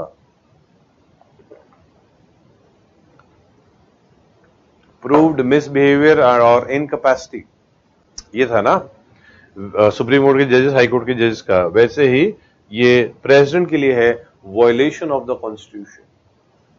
तो वायलेशन ऑफ द कॉन्स्टिट्यूशन, ये ग्राउंड रखना है याद। मतलब president can B impeach for violation of the ground, for violation of the constitution only, इसके सिवा कोई ग्राउंड पे नहीं। तो प्रूव्ड मिसबिहेवियर, इनकैपेसिटी नहीं, किसी को मार डाला नहीं, ground is violation of the constitution. हाँ, क्या किसी को मारना जान से can it be considered as violation of the constitution? वो अलग सा एक इंक्वायरी होगा, सब कुछ होगा, तब समझ में आ सकता है। However violation of the constitution क्या है, डिफाइंड नहीं है, कहीं नहीं डिफाइंड नहीं है, ठीक है। थोड़ा और इसमें हम डिस्कस करेंगे, अभी थोड़ा सा कुछ चीजें देख लेते हैं। सो इम्पीचमेंट में ग्राउंड एक ही है, violation of the constitution, only one ground. Do you know that vice president के रिमूवल के लिए there is no ground, zero ground है, कोई ग्राउंड ही नहीं है, बस हमें पसंद नहीं आ रहा, निकाल दो। इधर तो प्रूफ करना पड़ेगा, when ever there is a ground तो प्रूफ पक्का करना होता है, ठीक है। Let's see, introduction either of the house में हो सकता है। मतलब जैसे सुप्रीम कोर्ट के जजेस को जब हम रिमूव करते हैं तो रिमूवल प्रोसीडिंग या तो उनके सेनेट में हो सकती है, या तो मतलब हमने अपने इंडिया के कॉन्टेक्स्ट में लेते हैं। जब भी हम जब जजेस को, हाई कोर्ट के, सुप्रीम कोर्ट के जजेस को रिमूव करते हैं तो या तो हम लोग यहाँ पे लोकसभा में रिड्यूस कर सकते हैं, या तो हम राज्यसभा में रिड्यूस कर सकते हैं, कोई रिस्ट्रिक्शन नहीं है। लाइकवाइज प्रेसिडेंट को भी इंपीच करना है तो हम लोकसभा में रिड्यूस कर सकते हैं, राज्यसभा में रिड्यूस कर सकते हैं। वही यूएस का अगर हम चेक करते हैं तो यूएस में procedure can only start from house of representative. मतलब यूएस में किसी को अगर प्रेसिडेंट साहब को निकालना है तो the impeachment process would start from the house of representative, but हमारे कंट्री में कोई भी हाउस हो सकता है, इसलिए ये लिखा है आइदर हाउस, ठीक है। Now 1/4 members of the house and 14 days notice, मतलब 1/4 मेंबर जो होंगे, चाहे वो लोकसभा से हो चाहे राज्यसभा से, जहां पे भी रिड्यूस हो रहा है, उतने मेंबर्स लिख के देंगे भाई हमें निकालना है, हमें करना है procedure, we would like to remove the president. Then ही ये इंट्रोड्यूस होगा, तभी इंट्रोड्यूस हो सकता है 1/4। सुप्रीम कोर्ट, हाई कोर्ट जजेस के लिए हमने देखा था 50 and 100, राज्यसभा 50, लोकसभा 100, यहां पे 1/4, ठीक है। 2/3 ऑफ द टोटल मेंबरशिप, ये इतना डिफिकल्ट है।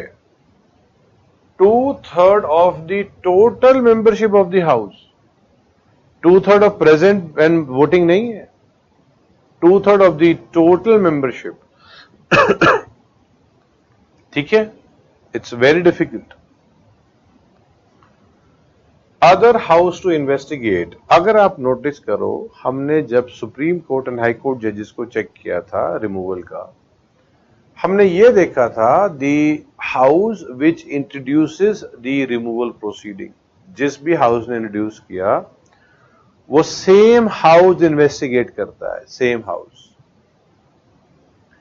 यहां पे आप नोटिस करो अदर हाउस टू इन्वेस्टिगेट, तो ये बहुत बड़ा फर्क है, ध्यान दीजिएगा। सुप्रीम कोर्ट के हाई कोर्ट के जजेस को जब रिमूवल प्रोसीडिंग इनिशिएट होगी तो जिस हाउस में इंट्रोड्यूस किया रिमूवल प्रोसीडिंग सिर्फ वही हाउस इन्वेस्टिगेट करता है, वही 3 मेंबर की एक्चुअली कमिटी सेटअप करता है।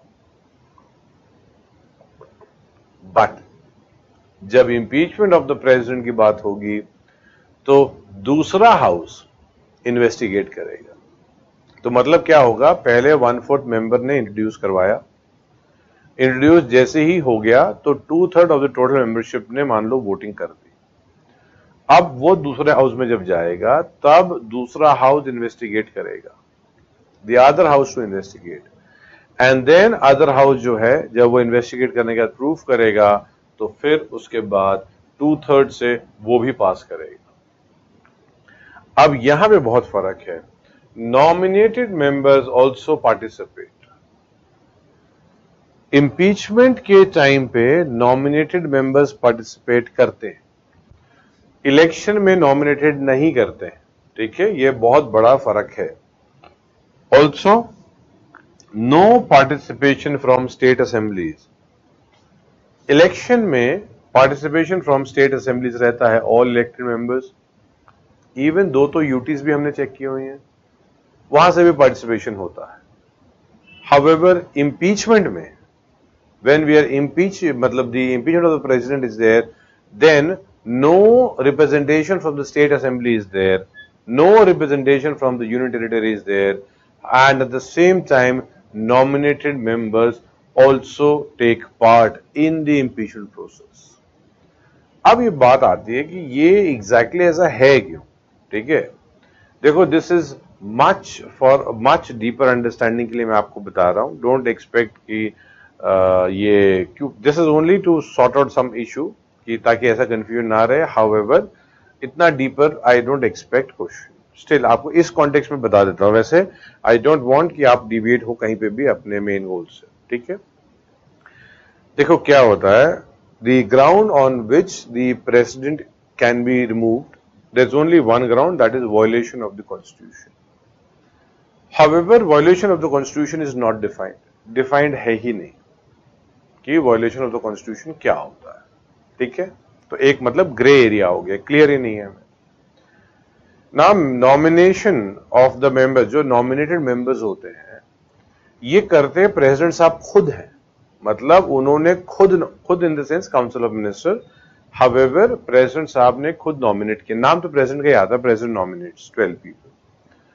तो जब प्रेसिडेंट ने उनको नॉमिनेट कर दिया तो मोस्ट प्रॉब्ली 12 लोग तो इनको ही वोट देंगे, वो जब नेक्स्ट इलेक्शन आएगा, so most probably they would be voting for him only. तो वोटिंग तो बायस हो जाएगी कि भाई 12 लोग तो कम से कम है कि वो उन्हीं को वोट देंगे। तो बायसनेस नहीं हो इसके लिए नॉमिनेटेड मेंबर्स को अलाउ नहीं किया है प्रेसिडेंट के इलेक्शन में वोट करने। चलो ठीक है, अगर बायसनेस नहीं होनी चाहिए तो फिर इंपीचमेंट में फिर क्यों लेके आ गया? This is also a very genuine question. Now, we've got an event wherein president को किस ग्राउंड पे निकाल रहे हो, एक ही ग्राउंड है, वो भी क्लियर नहीं है, nobody is clear about this ground। इसका मतलब है अगर प्रेसिडेंट साहब मान लो काउंसिल ऑफ मिनिस्टर की नहीं बात सुनते, imagine a situation that he does not or she does not listen to the council of minister, then can we say this is violation of the constitution, right? Because 42nd and 44th constitutional amendment के बाद advice जो है वो binding है on the president। तो अगर council of minister की बात president ने नहीं मानी तो there is no doubt it can be termed as violation of constitution. ये तो क्लियर है, ठीक है। I hope this is pretty clear, ठीक। अब बात आती है, what if the council of minister gives an unconstitutional advice. मतलब काउंसिल ऑफ मिनिस्टर ने एक अनकॉन्स्टिट्यूशनल ही एडवाइस दे दिया, तो should the president listen to this unconstitutional advice? क्योंकि अब देखो, मैं तो बोल ही रहा हूं कि एडवाइस मान लो अनकॉन्स्टिट्यूशनल दिया है, ठीक है, and president can be violated for violation, president can be impeached for violation of the constitution। अब बात है कि advice he let's say unconstitutional है, तो प्रेसिडेंट को तो नहीं माननी है वो बात। ये तो बात सही है, that he is not suppose to do listen to that, ठीक है, ये भी क्लियर हो गया। Now what if the advice is constitutional, मतलब एक कॉन्स्टिट्यूशनल एडवाइस है, however the president thinks it is unconstitutional. ऐसा भी तो हो सकता है कि किसी ने कुछ बोला हो, मतलब council of minister says something, for them this is a constitutional advice, however president को लगता है नहीं नहीं ये तो अनकॉन्स्टिट्यूशनल एडवाइस है। व्हाट इफ, मतलब ऐसा भी तो हो सकता है कि वो सोचते हो कि कॉन्स्टिट्यूशनल एडवाइस है और ये देखें कि ये तो अरे ये तो अनकॉन्स्टिट्यूशनल एडवाइस है। तो as per council of minister ये एडवाइस कॉन्स्टिट्यूशनल है, बट एज पर प्रेसिडेंट ये अनकॉन्स्टिट्यूशनल है। अब अटक गए, अब क्या करें? अब तो दिक्कत है ना। If you are thinking that फिर जुडिशरी के पास जाया जाएगा, no, judiciary is barred from going into this aspect of what advice was tendered by council of minister. तो by council of minister to the president, जो भी इन्होंने कानून बोला होगा, जो भी बताया होगा, whatever, no courts can go into। I'll show you, this is clearly 74 article 74 देखते हैं, ठीक है। 74 को अलग से देखेंगे, however तब तक आपको यही पता लग जाएगा। देखो 74 clause 2 देखते हैं, the question whether any and if so what advice was tendered by the ministers to the president, क्या एडवाइस दी थी by the minister to the president shall not be inquired into in any court। कोई court ये नहीं पूछ सकता है what advice was tendered, you can't go into that। this is 74 clearly मना करता है। इसका मतलब if the advice is constitutional and the president thinks it is unconstitutional, तो president साहब तो फंस गए, तो प्रेसिडेंट मोस्ट प्रॉब्ली नहीं कर रहे होंगे शायद। What if the advice is unconstitutional but president thinks it is constitutional, ये उल्टा कैलकुलेशन भी हो सकता है। However in both the areas we don't know कि क्या होने वाला है, मतलब आज की डेट में हमें भी नहीं पता, ये एग्जैक्टली ग्रे एरिया है बिल्कुल। But we are sure of this thing that till the time the president is listening to the council of minister, जब तक उनकी बात सुन रहे हैं तब तक तो वॉयलेशन ऑफ कॉन्स्टिट्यूशन नहीं है, तब तक जब तक उनकी बात सुनते हैं तब तक वॉयलेशन ऑफ कॉन्स्टिट्यूशन नहीं होना चाहिए। बिकॉज थ्रू दी 74, अगेन ये 74 ही आर्टिकल है जो बोलते हैं कि भाई उसको सुनना है। भाई council of minister to aid and advise the president, yes, तो प्रेसिडेंट शैल मतलब बाइंडिंग है, प्रेसिडेंट को काम करना है उनका। तो अगर ये क्लियर कट है, if the president is listening to the council of minister, we can say he is not violating the constitution. अभी तक तो हम इतना मान सकते हैं। Now my question is, can a nominated member be made a minister? तो answer आता है yes, a nominated member can be made a minister. Nominated को प्राइम मिनिस्टर भी बनाया जा सकता है। तो मतलब प्राइम मिनिस्टर आपके पास या मिनिस्टर आपके पास लोकसभा से भी हो सकते हैं। Ministers and prime minister could be from Rajya Sabha also, there is no restriction कि मिनिस्टर्स लोकसभा से होंगे कि राज्यसभा से होंगे। We've had 3 prime ministers also from Rajya Sabha. We've had Indira Gandhi madam, we have had Devi Gowda Sahab also, and Manmohan Singh Sahab also. ठीक है, तो we've had these people who were from Rajya Sabha and were made ministers, actually the prime minister. अब बात ये आती है, council of minister में मान लो एक नॉमिनेटेड मेंबर भी है, एक मान लो imagine that defence minister is a nominated member, legally तो बना ही जा सकते हैं, कोई दिक्कत नहीं। द काउंसिल ऑफ मिनिस्टर्स सभी लोगों ने ही तो बोला है प्रेसिडेंट साहब ये करो, बिकॉज कैबिनेट जो बताती है तो काउंसिल ही पूरा का पूरा। इमेजिन दैट आपने एक काम किया, देखो इमेजिन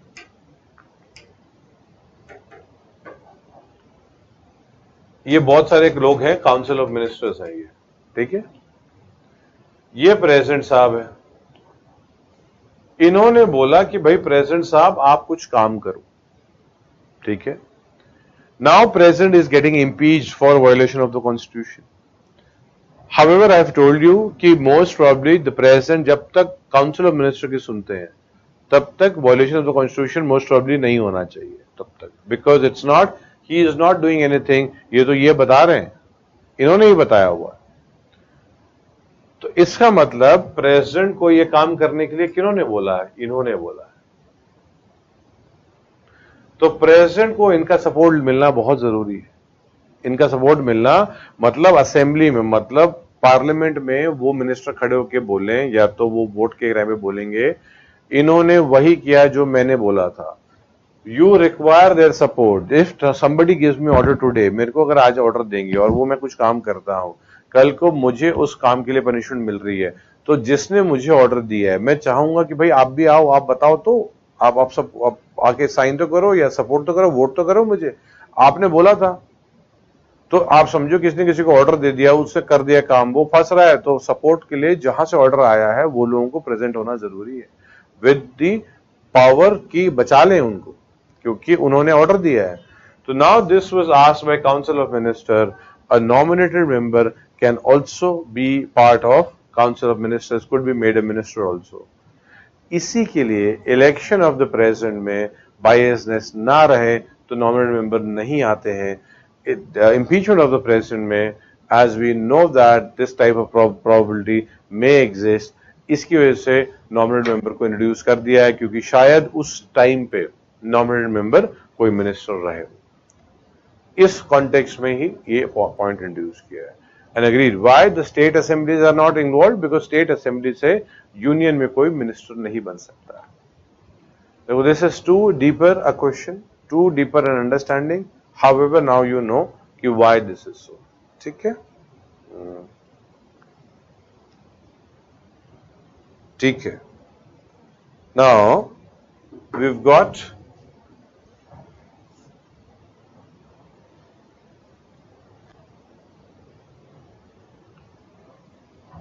ठीक है।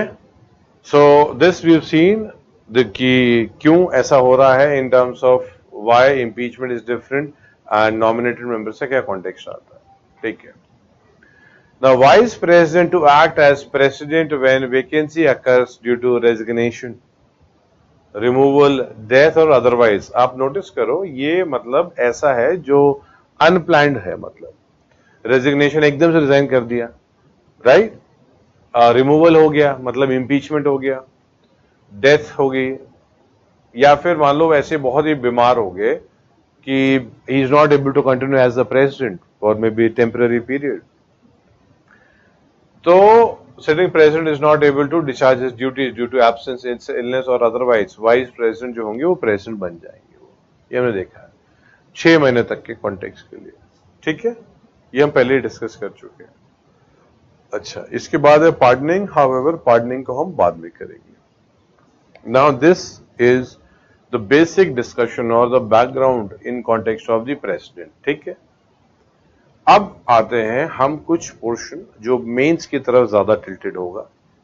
However, lot of factual information also we'll get, ठीक है, बहुत factual information भी इस context में हमें मिलेगी। Now the point is we've got so in context of the president there is an aspect wherein it is criticized that the president is a rubber stamp. ऐसा बोला जाता है that Indian president is a rubber stamp. You may get any type of question कि president is a rubber stamp, full stop discuss, ऐसा भी आ सकता है president is a rubber stamp, full stop critically evaluate, ठीक है। You've had your answer writing classes also, so you have the idea regarding the same, ठीक है। Now the point is, अगर हम लोग इसका देखते हैं, क्या कहते हैं, प्रेजेंट कॉन्टेक्स्ट में, तो क्या हम रबर स्टैंप मानेंगे, क्या हम नहीं मानेंगे? What has to be the way out? Everything depends on the type or let's say how the question has been framed. So this area exactly, that is he a rubber stamp or is he not a rubber stamp, ये देखने के लिए we would have 3 different headings and in terms of that we would have discussion. 3 अलग अलग heading पे, एक heading में हम मान के चलेंगे he is a rubber stamp, मान लेंगे मतलब, so all the points we would write of rubber stamp, सारे के सारे हम मानेंगे, ठीक है। So we would give arguments कि ये है, ऐसा है, वैसा है, ये है, वो है, तो we would consider that. Another heading would be that he is not a rubber stamp, he is not an ornamental superstructure or he is not ceremonial। कभी कभी रबर स्टैम्प मतलब सेरेमोनियल, कि सिर्फ दिखाने उखाने के लिए है, हम डिफेंड करेंगे वो कि नहीं ये नहीं है, उसके लिए भी हमारे पास आर्ग्यूमेंट्स होंगी। And finally we would see the actual behaviour of the Indian president. हम इंडियन प्रेसिडेंट का प्रॉपर बिहेवियर चेक करेंगे कि कैसे उन्होंने अपना एक्ट किया हुआ है, मतलब सेरेमोनियल किया हुआ है, नॉट सेरेमोनियल किया हुआ है, कैसे किया हुआ है। हो सकते हैं कि सेरेमोनियल ही किया हो सकते हैं बहुत इंस्टीट्यूशन विद अथॉरिटी किया हो, कुछ भी हो सकता है, ठीक है। तो heading is the president rubber stamp, ठीक है, या लिख सकते हो प्रेसिडेंट अ रबर स्टैम्प, एक हेडिंग लिखिए, प्रेसिडेंट अ रबर स्टैम्प,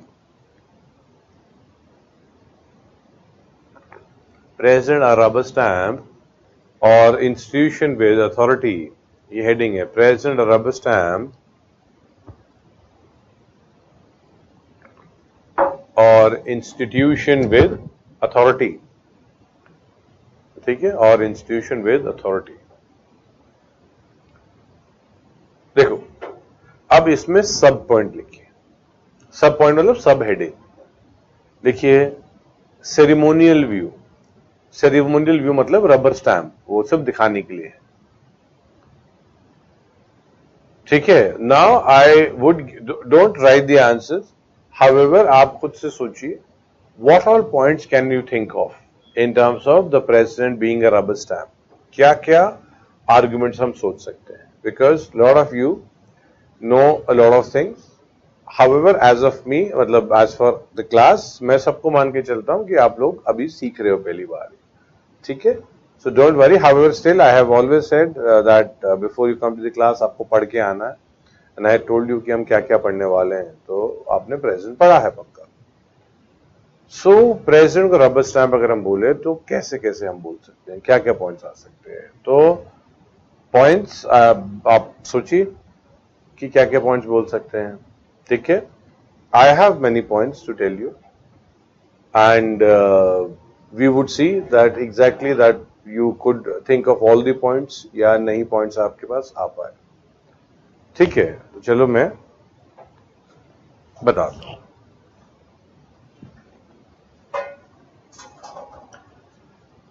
देखो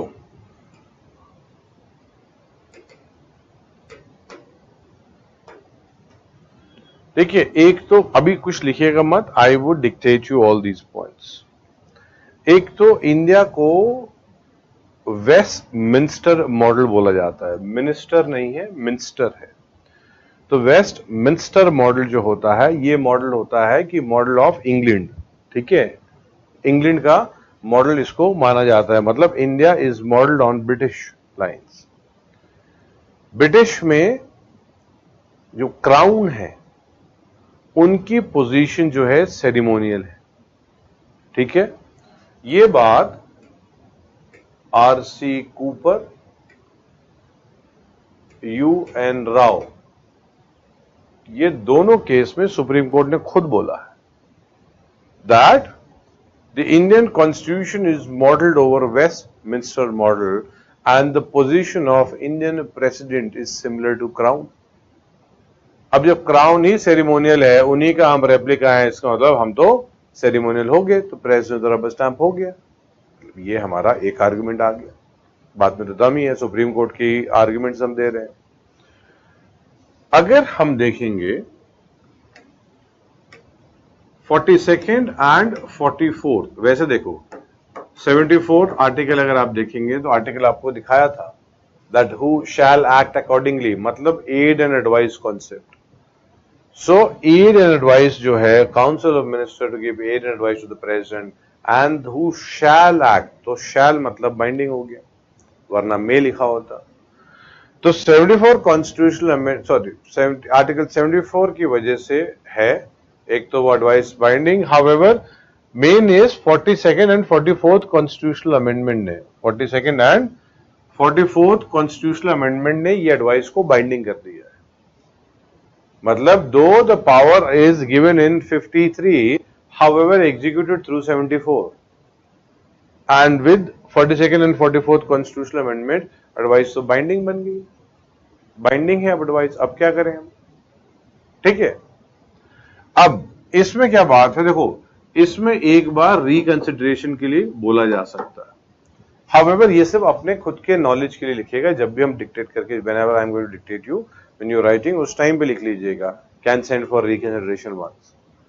हाउएवर बाइंडिंग तो तब भी है, मतलब प्रेसिडेंट आस्क फॉर रिकंसिडरेशन, दूसरे ने बोला कि ठीक है रिकंसिडर कर लिया, जाओ सेम चीज करो, कांट हेल्प इट, करना ही पड़ेगा, ठीक है।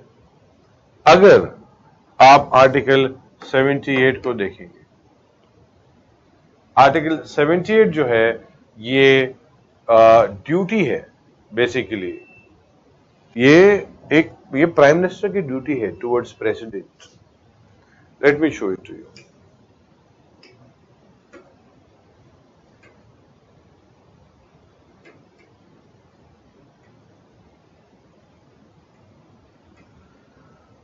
Duties of the prime minister towards the president, ठीक है, 78 आर्टिकल है।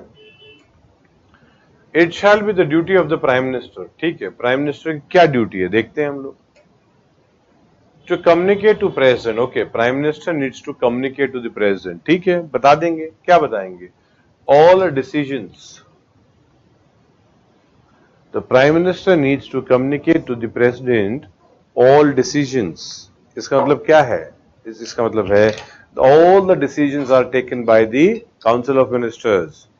डिसीजन तो वही ले रहे हैं, इनको तो सिर्फ इंफॉर्मेशन जा रही है, राइट।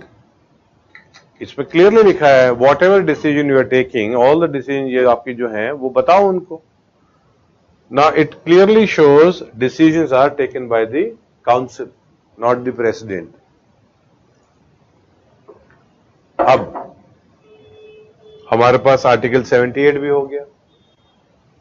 अगर हम ब्रिटिश नॉर्थ अमेरिका एक्ट 1867 को हम चेक करें, अगर हम 1867 ब्रिटिश नॉर्थ अमेरिका एक्ट को चेक करें, उसमें मतलब that is the first time in the world, in the history, ये टर्म एड एंड एडवाइस का जो टर्म है ये पहली बार तब यूज हुआ था ब्रिटिश नॉर्थ अमेरिका एक्ट के टाइम पे, एड एंड एडवाइस कॉन्सेप्ट। मतलब दिस इज ये मतलब कनाडा का कॉन्टेक्स्ट में ब्रिटिश नॉर्थ अमेरिका मतलब उसको यूज किया जा रहा है। तो कनाडा के कॉन्टेक्स्ट में ये फर्स्ट टाइम जब यूज किया, हाउएवर वहां कभी लिखा नहीं था बाइंडिंग, मतलब वहां लिखा था aid and advice. However whichever country later it was adopted by, जो भी कंट्री ने एड एंड एडवाइस को अडॉप्ट किया, ये कोई भी कंट्री ने, चाहे साउथ अफ्रीका हो चाहे ऑस्ट्रेलिया हो, इन्होंने इसको बाइंडिंग ही माना है।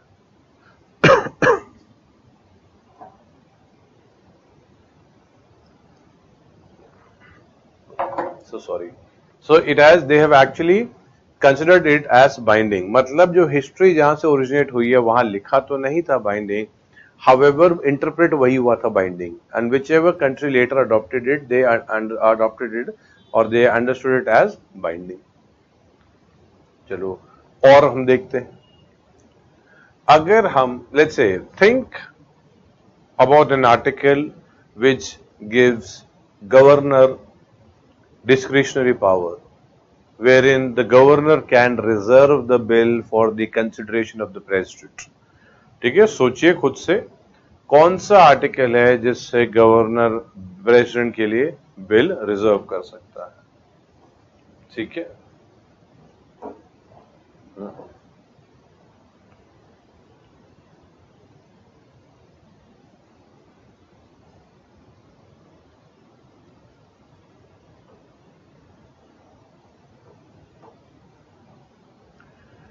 Now, if you see Article 201, you see the bills reserved for the consideration. Now, people actually make error in this only. People believe it is the Article 201, however it is Article 200. देखो, यहाँ bill reserve हो चुका है. In 201, the bill has been reserved. Now the discretion of the governor goes out. It is the Article 200 which provides discretion to the governor. It clearly shows, and it's not the only article. If we talk about 163, if we talk about 356, if we talk about 239, if we talk about 371J, or 371 capital A, 371 capital G, if we talk about 6 schedule, मतलब इतने ज़्यादा जगह constitution पे governor को discretion है. If we talk about 371, so many places the governor has discretion, constitutional discretion. Similar type of discretion has not been extended to the president. देखो, एक ही constituent assembly थी, मेंबर्स थी कि किसी की डेथ हुई, प्लस माइनस माना जा सकता है. However, overall we had that constituent assembly. They wrote about the president, they wrote about the governor. The constituent assembly gave constitutional discretion to the president, to the governor. However, no similar type of constitutional discretion has been given to the president. इस level का description जो governor का description दिया हुआ है वो तो president को दिया ही नहीं. इसका मतलब even the constitution maker wanted him to be ceremonial. ठीक है, तो दोबारा कंफ्यूज कभी नहीं होएगा. Article 200 is the one where the governor has many descriptions to sign, not to sign, return it और to send it for the consideration of the reserve it for the consideration of the president. ठीक है, तो वो 200 है. 201 कब होगा? When it has already been reserved for the consideration of the president. तब तो उनकी ऑटोनॉमी खत्म हो जाएगी वो. ठीक है, so we have written so many points, right. लिखिए आप, मतलब सेरेमोनियल व्यू या फिर rubber stamp. This is what our discussion was. Right on modelled over, point में लिखेंगे हम लोग, modeled over Westminster model. ठीक है, Westminster, ठीक है, मिनिस्टर है, मिनिस्टर नहीं है. modeled over Westminster model. ठीक है, full stop. Continue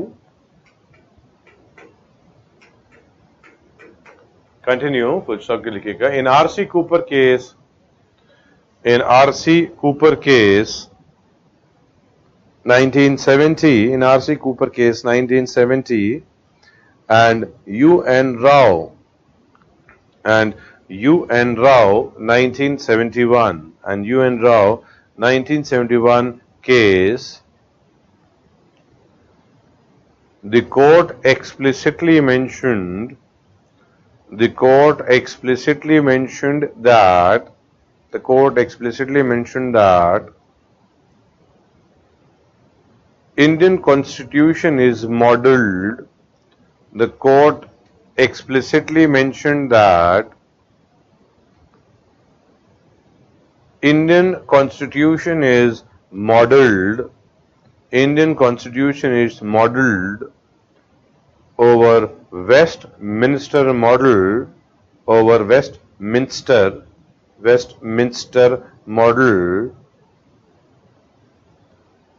and thereby position of and thereby position of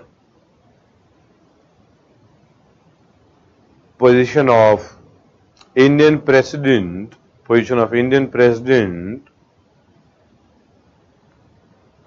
is like British crown. Position of Indian president is like British crown. ठीक है, नेक्स्ट पॉइंट लिखिए, दो the powers are, next point is, though the powers are provided in Article 53, though the powers are provided in Article 53, but used by the process of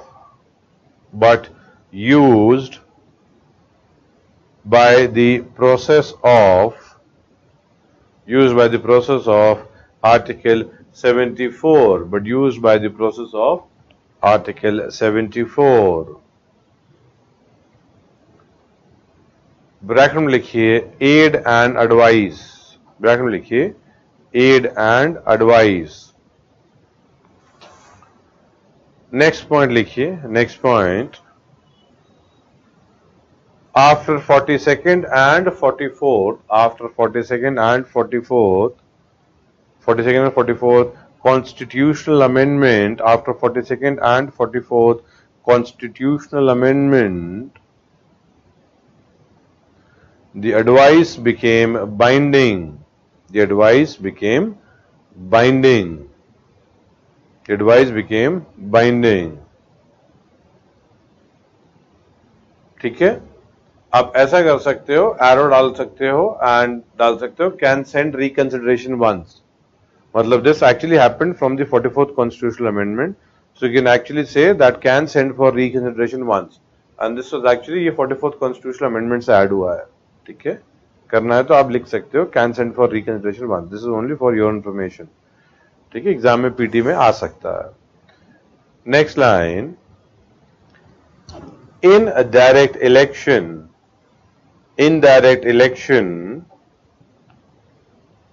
indirect election, तो bracket में लिखिए not popularly elected. indirect election में ब्रैकेट में लिखिए not popularly elected, not popularly elected. Next, तो not popularly elected का मतलब क्लियरली है कि भाई डायरेक्टली लोगों से इलेक्ट नहीं करवाया जा रहा. क्यों नहीं करवाया जा रहा? सेरेमोनियल है, तो क्यों उतना स्पेंड करना पैसा, वो भी एक पॉइंट ही है. नेक्स्ट पॉइंट लिखिए, if one C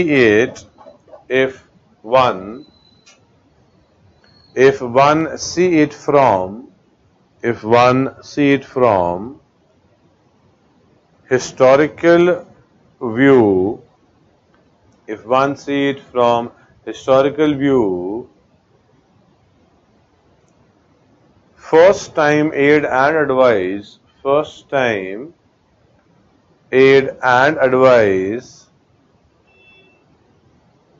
used in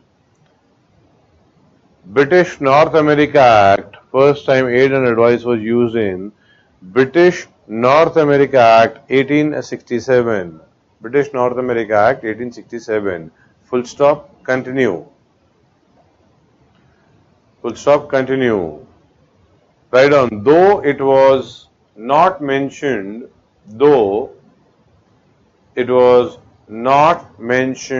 binding,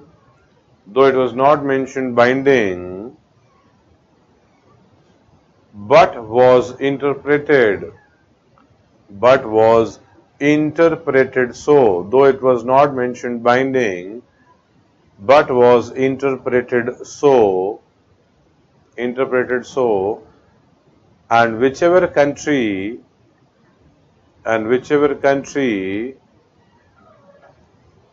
it was later used,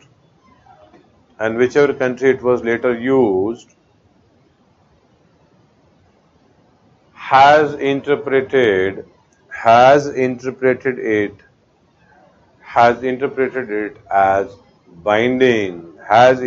it as binding.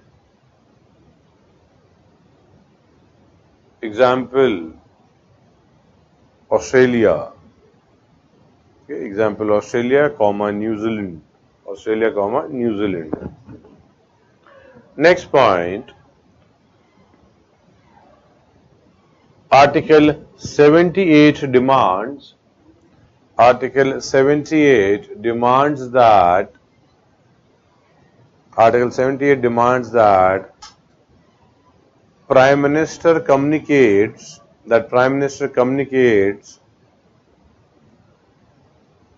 All decisions of Council of Minister. Prime Minister communicates all decisions of Council of Minister. All decisions of Council of Minister to the President. Full stop. Continue. This implies that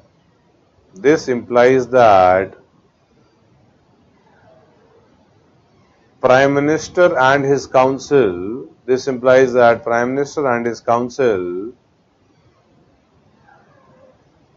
are real decision makers. Prime Minister and his council are real decision makers. Next point. If one considers Article 163, 200, 356, etc. If one considers Article 163, 200, 356, etc. Constitutional discretion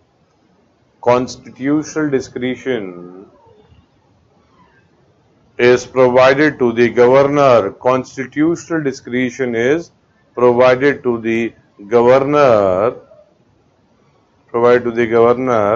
However, similar discretion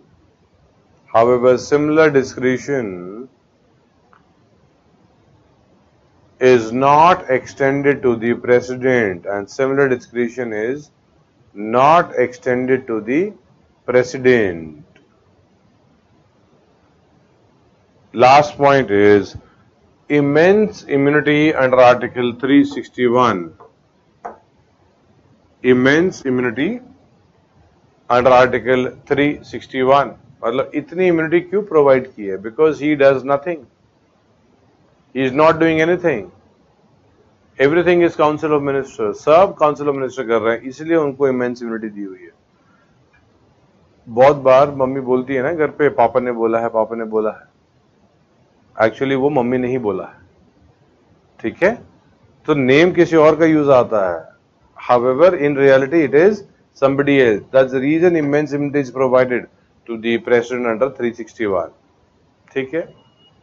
Now, we've got so many points. We मतलब आराम से आप, you may be able to, let's say, if you elaborate all these points, you can easily write around 300, 400 words. उसकी जरूरत ही नहीं पड़ेगी. Right? So it would be asked, however, it's not that the president is a rubber stamp. We also need to have another view that not a rubber stamp. ठीक है? तो heading लिखिए, institution with authority, मतलब not a rubber stamp. लिखिए, not ceremonial, कुछ भी लिख लो, not ceremonial, institution with authority, not a rubber stamp, कुछ भी लिख लो आप.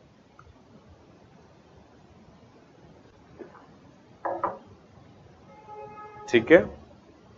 Let me see quick questions हैं तो. If both president vice president resigned in US, then who became president? हाँ, ये बेटा ये आप लोग चेक करो. Yes, this is, you check that if both vice president India में हो गया कि भाई कुछ नहीं था, then finally chief justice of India आ जाते हैं. US में अगर हो जाता है तो देख लो. देखो, one thing, we do have a topic of the comparison of the Indian constitution with other countries. However, we can't go much deeper in any of these countries. उसका reason क्या है? It's so difficult to even finish the Indian constitution. So if we start reading in deeper or in some areas in different countries context, कभी नहीं खत्म होगा topic. You may be able to solve only one question. So therefore in other countries इतना deeper मत जाओ बेटा, we not suppose to go. India के context में yes up to a certain level ठीक है, हाउएवर ऐसे तो फिर इंग्लैंड का भी हो जाएगा, फिर क्या होगा, फिर जर्मनी हो जाएगा, फ्रांस हो जाएगा, so it is limitless. Therefore, we would, in due course of time, I would keep on giving the example. However, उसमें हम उतना ही restrict करके रखेंगे, ठीक है? Now, what else? Got ठीक है। Now, not a ceremonial, not a ceremonial, basically institution with power. ये तो क्लियर है, constitution has not provided any strong constitutional discretion, है ही नहीं। हाउएवर सिचुएशनल डिस्क्रिशंस प्रोवाइडेड है। Now the thing is we may not be able to write an article हम लिख ही नहीं पाएंगे कि कौन से आर्टिकल के कॉन्टेक्स्ट में हम बोल सकते हैं कि ये रबर स्टैंप नहीं है, हम सोच ही नहीं सकते। We may not be able to write the person is not a rubber stamp, because है ही नहीं ऐसे प्रोविजंस, बट सिचुएशंस क्रिएट करनी पड़ेगी।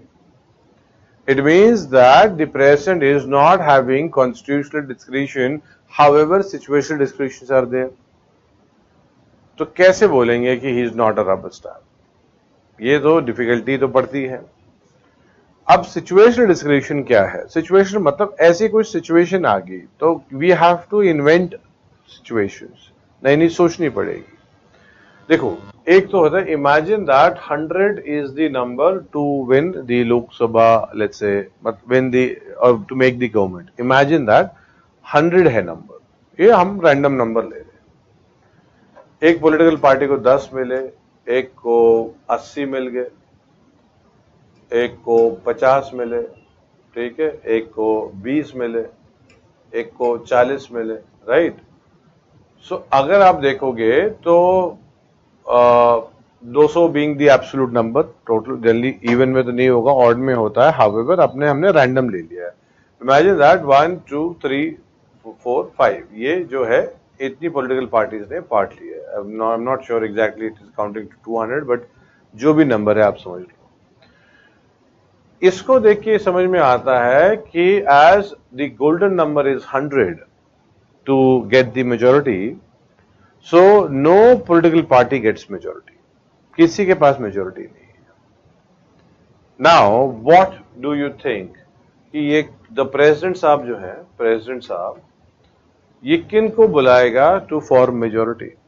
Assuming there is no pre-coalition alliance and neither are they ready to make post-coalition alliances directly कि भाई या कोई बोलता है कि मेरे को बनाओ, मैं बनाता हूं गवर्नमेंट। प्री-कोलिशन अलायंसेस हैं तो बात अलग है कि मतलब इन्होंने पहले से बना ली तो ये बना लेंगे, ठीक है, इन्होंने पहले से बना ली तो बना सकते हैं, वो तो बात अलग है। Now comes in nobody gets majority, clear majority, there is no coalition, मतलब pre-election coalition। तो जो प्रेसिडेंट है, आप ये सोचो कि प्रेसिडेंट अगर इनको बुला देता है, that you show me the majority, so would we say this is wrong? मतलब आप देखो सारे नंबर्स को एंड प्रेसिडेंट ने सबसे छोटे पॉलिटिकल पार्टी को बुलाया हुआ है। छोटे in the sense the numbers, their representation, so would it be wrong? And the answer is no. This is what is situational discretion. मर्जी थी इनके पास ये किसी को भी बुला ले। Agreed, if they would have had pre-election coalition इनके पास होता, he had no other option. However, and it's not necessary कि post-election coalition नहीं बन सकता है post-election। However, if nobody is trying to stake claim, जब coalition में when they have the majority, तभी तो claim करेंगे stake कि yes, I have so many MLAs with this, we would show our majority. तो then गवर्नर उनको मौका दे देगा। However, it is up to the governor कि वो किसी और को पहले मौका दे दे। वही सिचुएशनल डिस्क्रिप्शन है। गवर्नर लेट्स से 80 वाला ये बोलते हैं I want to show my majority, ये भी बोलते हैं I want to show my majority, तो प्रेसिडेंट हो सकता है इनको पहले मौका दे। This is what is situational discrimination. फिर हो सकता है प्रेसिडेंट इनको मौका दे, फिर हो सकता है इनको दे, फाइनली इनको दे, बट देना मैंडेटरी है। However, it is pretty obvious that the one who has the probability of, देखो बहुत लोग सोचते हैं कि भाई इन्हीं की सरकार होनी चाहिए क्योंकि सबसे ज्यादा सीट्स इनको मिले। ऐसा भी तो हो सकता है कि ये लोग आपस में कोलिशन बना लें, and this political party has great leaders which is respected by this and this political party also, so वो इनकी बात मान ले। Maybe they may not be able to have a coalition proper, but इनकी leadership में ये दोनों मानने के लिए तैयार हो, कुछ भी हो सकता है। तो you may have smaller political party having making the government and bigger political party not even forming the government, ऐसा हो सकता है, बहुत हुआ है, बहुत बार हुआ है। तो situational discretion हमने देख लिया। However, this is clear when no political party has majority, तब situational discretion आ गई। ऐसा भी हो सकता है कि गवर्नमेंट जो है वो they lose majority, that is government has lost majority and then they have asked the president to dissolve the house. Now once they have lost the majority, now the president is free to not to listen to them because they have lost majority. तो अगर आप imagine करो, जैसे आज का example लें, if the president of India is advised by the council of ministers today that dissolve the house, the president has to dissolve the house, there is no other option because they have the majority in the house. Now the point is, imagine that they lose the majority and as they have lost the majority, फिर तो मतलब उनको resign करना ही करना है। However, now if the president is asked to dissolve the house, it is president's discretion, मर्जी है वो dissolve करे वो ना करे। This is situational discretion. However, ये सिर्फ तभी होगा if they have lost the majority. Again a situation. Another situation can be created is, imagine that the prime minister dies without having any successor, कि next उनके बाद कौन आने वाला है। The prime minister dies, तो प्रेसिडेंट किसी को बोल सकते हैं आप प्राइम मिनिस्टर बन जाओ, प्रोवाइडेड पार्टी ने खुद से पहले क्लेम नहीं कर दिया कि इनको बनाओ आप, if they have the majority. ऐसा हुआ है राजीव गांधी के केस में, he was made the prime minister but till that time the legislature had not chosen him as the leader. So situational discretion होगी। What if the advice is unconstitutional, तो president को नहीं मानना चाहिए because he's taken the oath to defend the constitution, right? Now the point is, देखो क्या होता है कुछ एरियाज में, imagine a situation, देखो principle of natural justice says that everybody should get fair trial, right? And even the tribunal should be impartial, मतलब if I am being presented to the court, the people in the court, those who are judges, who would judge, they should not have any preconceived notion against me. वो एक blank बिल्कुल clean होना चाहिए इसलिए। If they have preconceived notion कि इसको तो सजा देंगे ही देंगे। So sorry.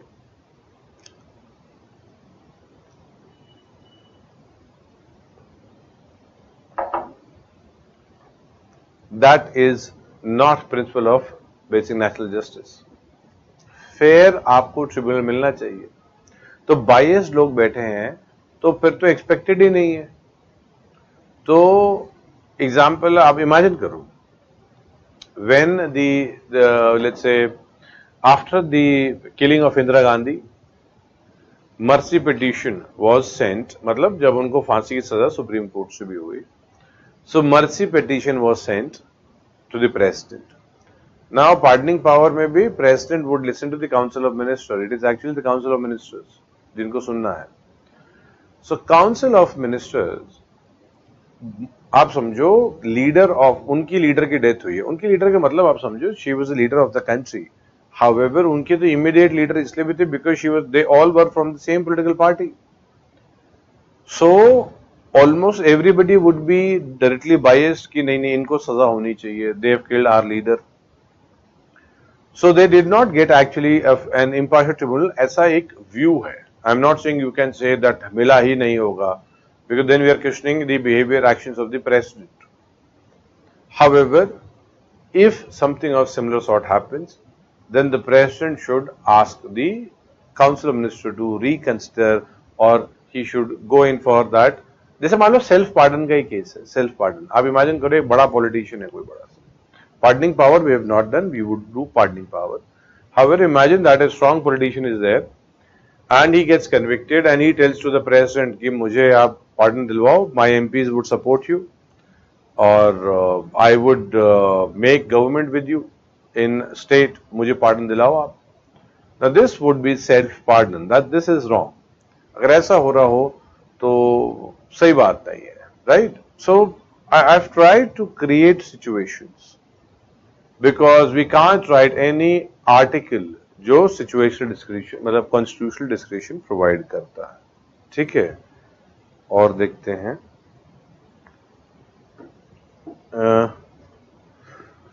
क्या खरीदा. Nowadays one term come to herd गेयर खरीदार. क्या है हर्ड गेयर गारे खरीदार और hours buyer. Hours buyer HOURS, hours. बेटा ये हावर्स बायर क्या होता है, मतलब I am not sure exactly what you are trying to say बेटा.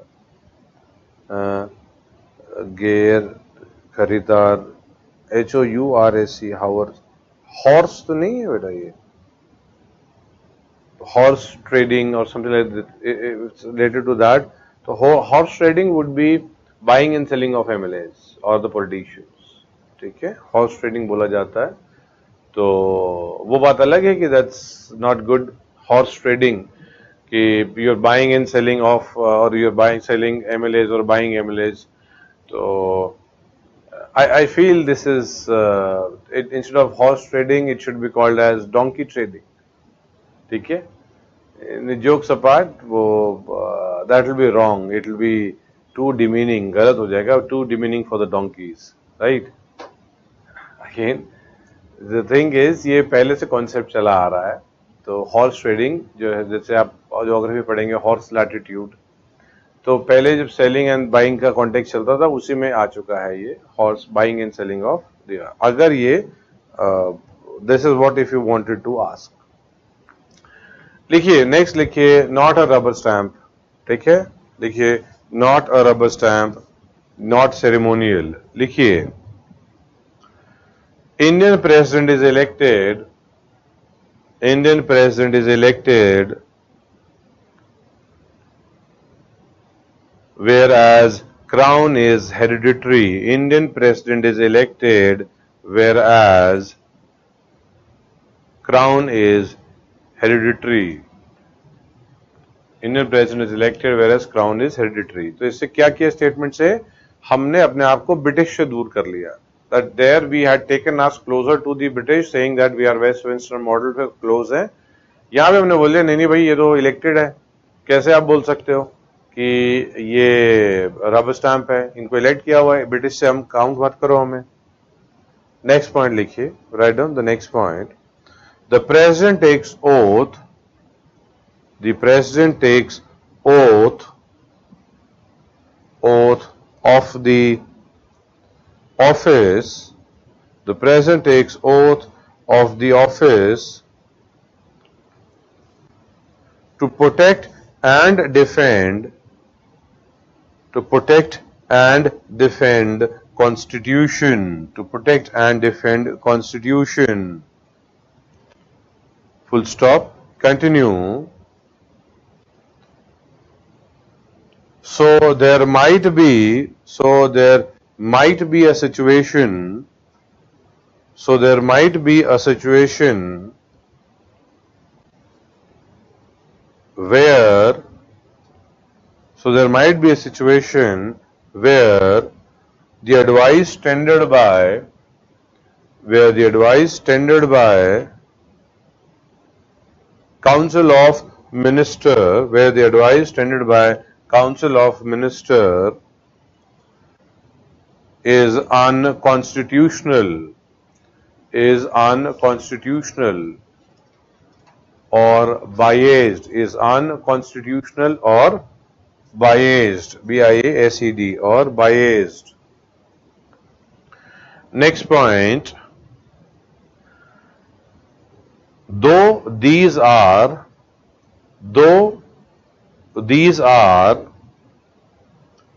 exceptional circumstances,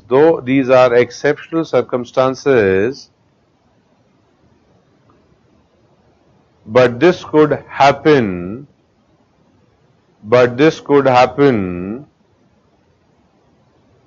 when Prime Minister dies. Though these are exceptional circumstances, but this could happen when Prime Minister dies or resigns, comma, therefore acts on his own discretion,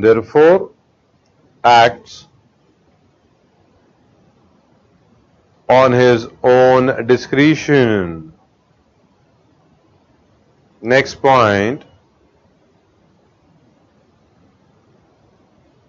if no political party has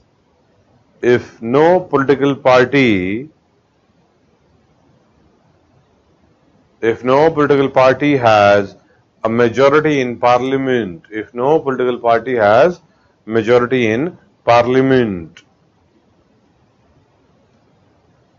Next point, when Prime Minister suggests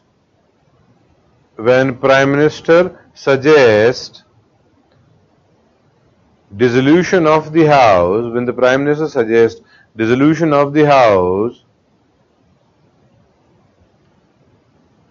the President can refuse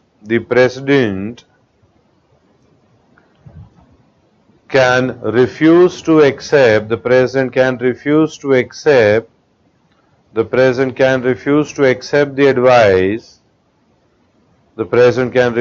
accept the advice if an alternative government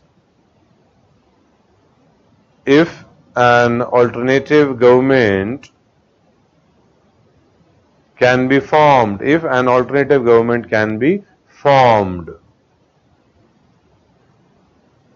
bracket में लिखिए, right on the bracket, this only happens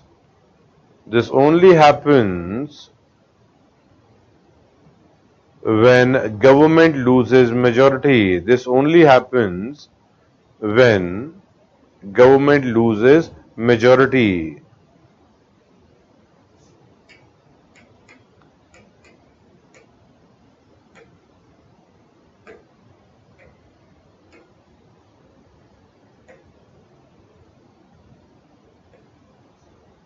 Next line, in SR Bhumi case, 1994, in SR Bhumi case and E. Puru Sudhakar, case, the court said that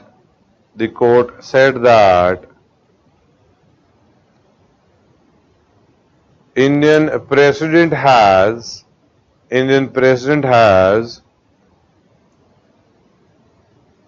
certain area of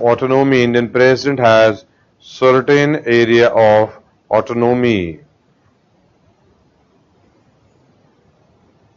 ठीक है, एक दो line के बाद ना एक सिर्फ एक टर्म लिख लो,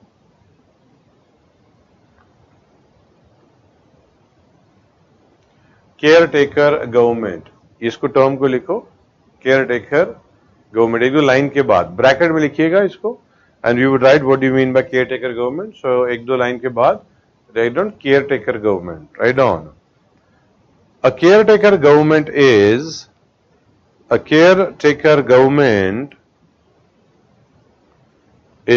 not a constitutional not a constitutional concept, not a constitutional concept, but a practical compulsion. But a practical compulsion, as there cannot be a constitutional vacuum, as there cannot be a constitutional vacuum, because there is no provision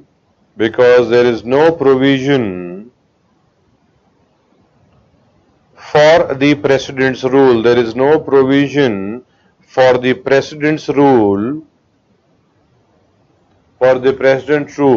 at the center. There is no provision for the President's rule at the center. ठीक है?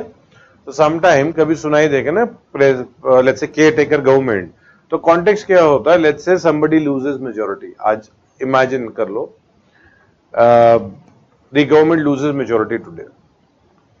Now state होगा तो we can have 356, कोई discussion, कोई दिक्कत ही नहीं है, we will have 356. However centre में, एंड 356 कब तक, जब तक न्यू गवर्नमेंट नहीं आती है. But at the union level, if the government resigns, अब कौन सी गवर्नमेंट है, we don't have any government till the time new election happens and the new government comes into the picture. वो कुछ तो विंडो होगा, 2 months, 3 months, कुछ तो होगा. Election to be conducted throughout the country would take months.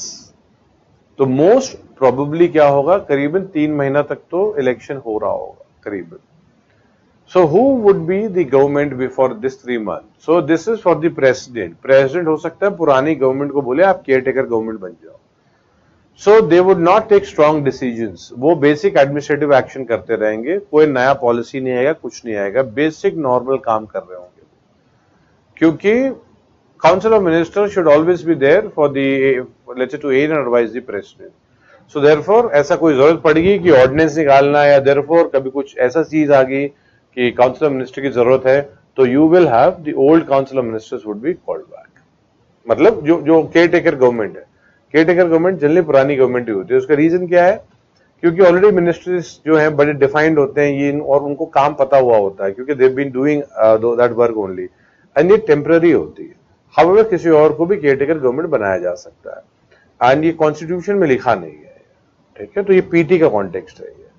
ये भी मैंने आपको अभी इसलिए यहां पे लिखा है बिकॉज व्हेन जब गवर्नमेंट किसी ने मान लो रिजाइन कर दिया, suddenly the president, let's say the council of minister resigns and ask for dissolution of the house, तो अब क्या है, प्रेसिडेंट साहब तो है, however we don't have a council of minister. No, we would have caretaker government, उसमें council of minister मिल जाएंगे वो, बट नॉट इंपॉर्टेंट डिसीजंस लिए जाएंगे इसमें. ठीक है.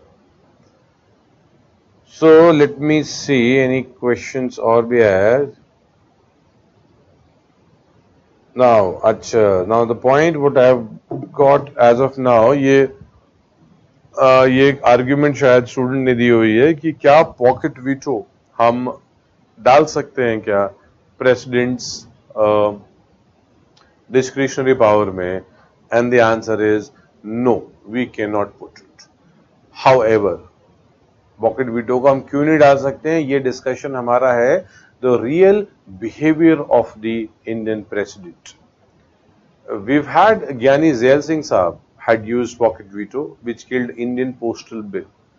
इस पे भी हमें डिस्कस करना पड़ेगा to make you understand exactly why we can't use the pocket veto as discretion of the president. ठीक है. So we've catered to all the queries. ठीक है.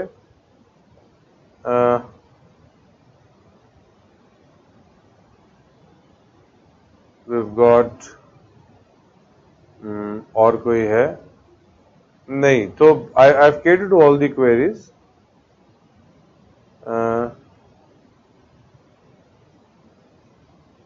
ठीक है, मतलब I've not yet all the queries I feel I've already answers, right? I have already answered,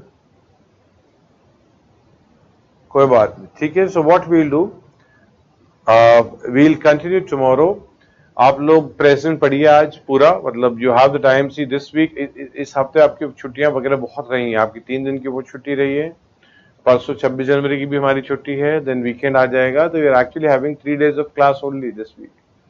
सो ये इसको आप और बेटर यूज कीजिए, spend it on optional if you are suppose to give this year वाला ही जो 100% है, एंड तो पक्का इसको स्पेंड, मतलब अभी तो yes you may go in for PT altogether, you would have your test series also। आप लोगों की टेस्ट सीरीज नेक्स्ट मंथ के 5 से स्टार्ट होने वाली है, आपको उसके बारे में अपडेशन नोटिफिकेशन मिल जाएगा। If you have any queries you need to call up your mentor, आप उनसे व्हाट्सएप करके कॉल करके पूछ सकते हैं। The test would be conducted online, जैसे से कोर्स हुआ है, अग्री। और see everything, it is not, test series is not linked only to class, it is the standard textbook and the class material, and you are being prepared for the exam। so therefore आपको ये नहीं है कि notes पढ़ के आ जाएंगे तो test दे पाएंगे, नहीं, you have to read the standard textbook, I've been saying from the first day itself, ठीक है। you have any problem you can clearly call up your mentor in terms of anything। हाँ, आपको जैसे 5th से अगर start हो, मतलब next month से स्टार्ट है, फर्स्ट वीक से ही आपके। However, आपको डिटेल एग्जैक्टली कैसे होगा, टेस्ट सीरीज क्या है, बाय नेक्स्ट मंथ के फर्स्ट वीक से आपको पहले, मतलब whenever the test is going to happen, उससे पहले आपको पता लग जाएगा, वो पहले ही आपको बता दिया जाएगा, ठीक है। And we've got, so this week में और कोई तो हमारे पास हाँ हॉलीडे नहीं है बेटा, and get out of this concept of holidays हमें, क्योंकि हमारा कोर्स नहीं कंप्लीट होगा। अगर कोर्स नहीं कंप्लीट होगा तो आप पीटी से 10 दिन पहले तक थोड़ी आप क्लास करते रहोगे, ये सही बात नहीं है ना। हमें कम से कम, मतलब we want almost around a month, हम चाहते हैं उससे पहले खत्म हो। However because of these leaves course आपका आगे बढ़ता रहता है, तो we would if required we would go in for 1 more day और maybe a week also, पूरा का पूरा वीक की भी हम स्टेट से रिक्वेस्ट करेंगे to have continuous classes, because finally आप लोगों का एग्जाम एंड सिलेक्शन होना बहुत इंपॉर्टेंट है, राइट। सो स्ट्रगल कुछ टाइम का है बेटा, 1-1.5 साल का स्ट्रगल है, the course and the process all together, and then you would be making your state proud, बहुत प्राउड करवाएंगे आप स्टेट को। So as of now don't go into this concept of holidays, आप पढ़ाई कीजिए उस टाइम पे, ठीक है। And do see vertical plans, अगर आपको कभी छुट्टी में कंफ्यूजन है कि इतनी छुट्टी है कि नहीं है, आप अपने वर्टिकल प्लान को देख लो, and you can speak to your mentors also, okay. Now we've got, so we would meet tomorrow। Present topic कर लीजिए, president, prime minister, council of minister, attorney general, ये सब कर लीजिए, क्योंकि टॉपिक छोटा ही है, prime minister, council of minister, attorney general. तो अगर ये हो गया, प्रेजेंट इज नॉट ओवर, तो मोस्ट वी वुड बी, कल प्रेजेंट पक्का फिनिश हो जाएंगे, टॉपिक फिनिश हो जाएंगे, एंड बाकी टॉपिक होने चाहिए, बाकी छोटे हैं, and then governor will go into, ठीक है। So will catch up tomorrow बेटा, thank you, all the best।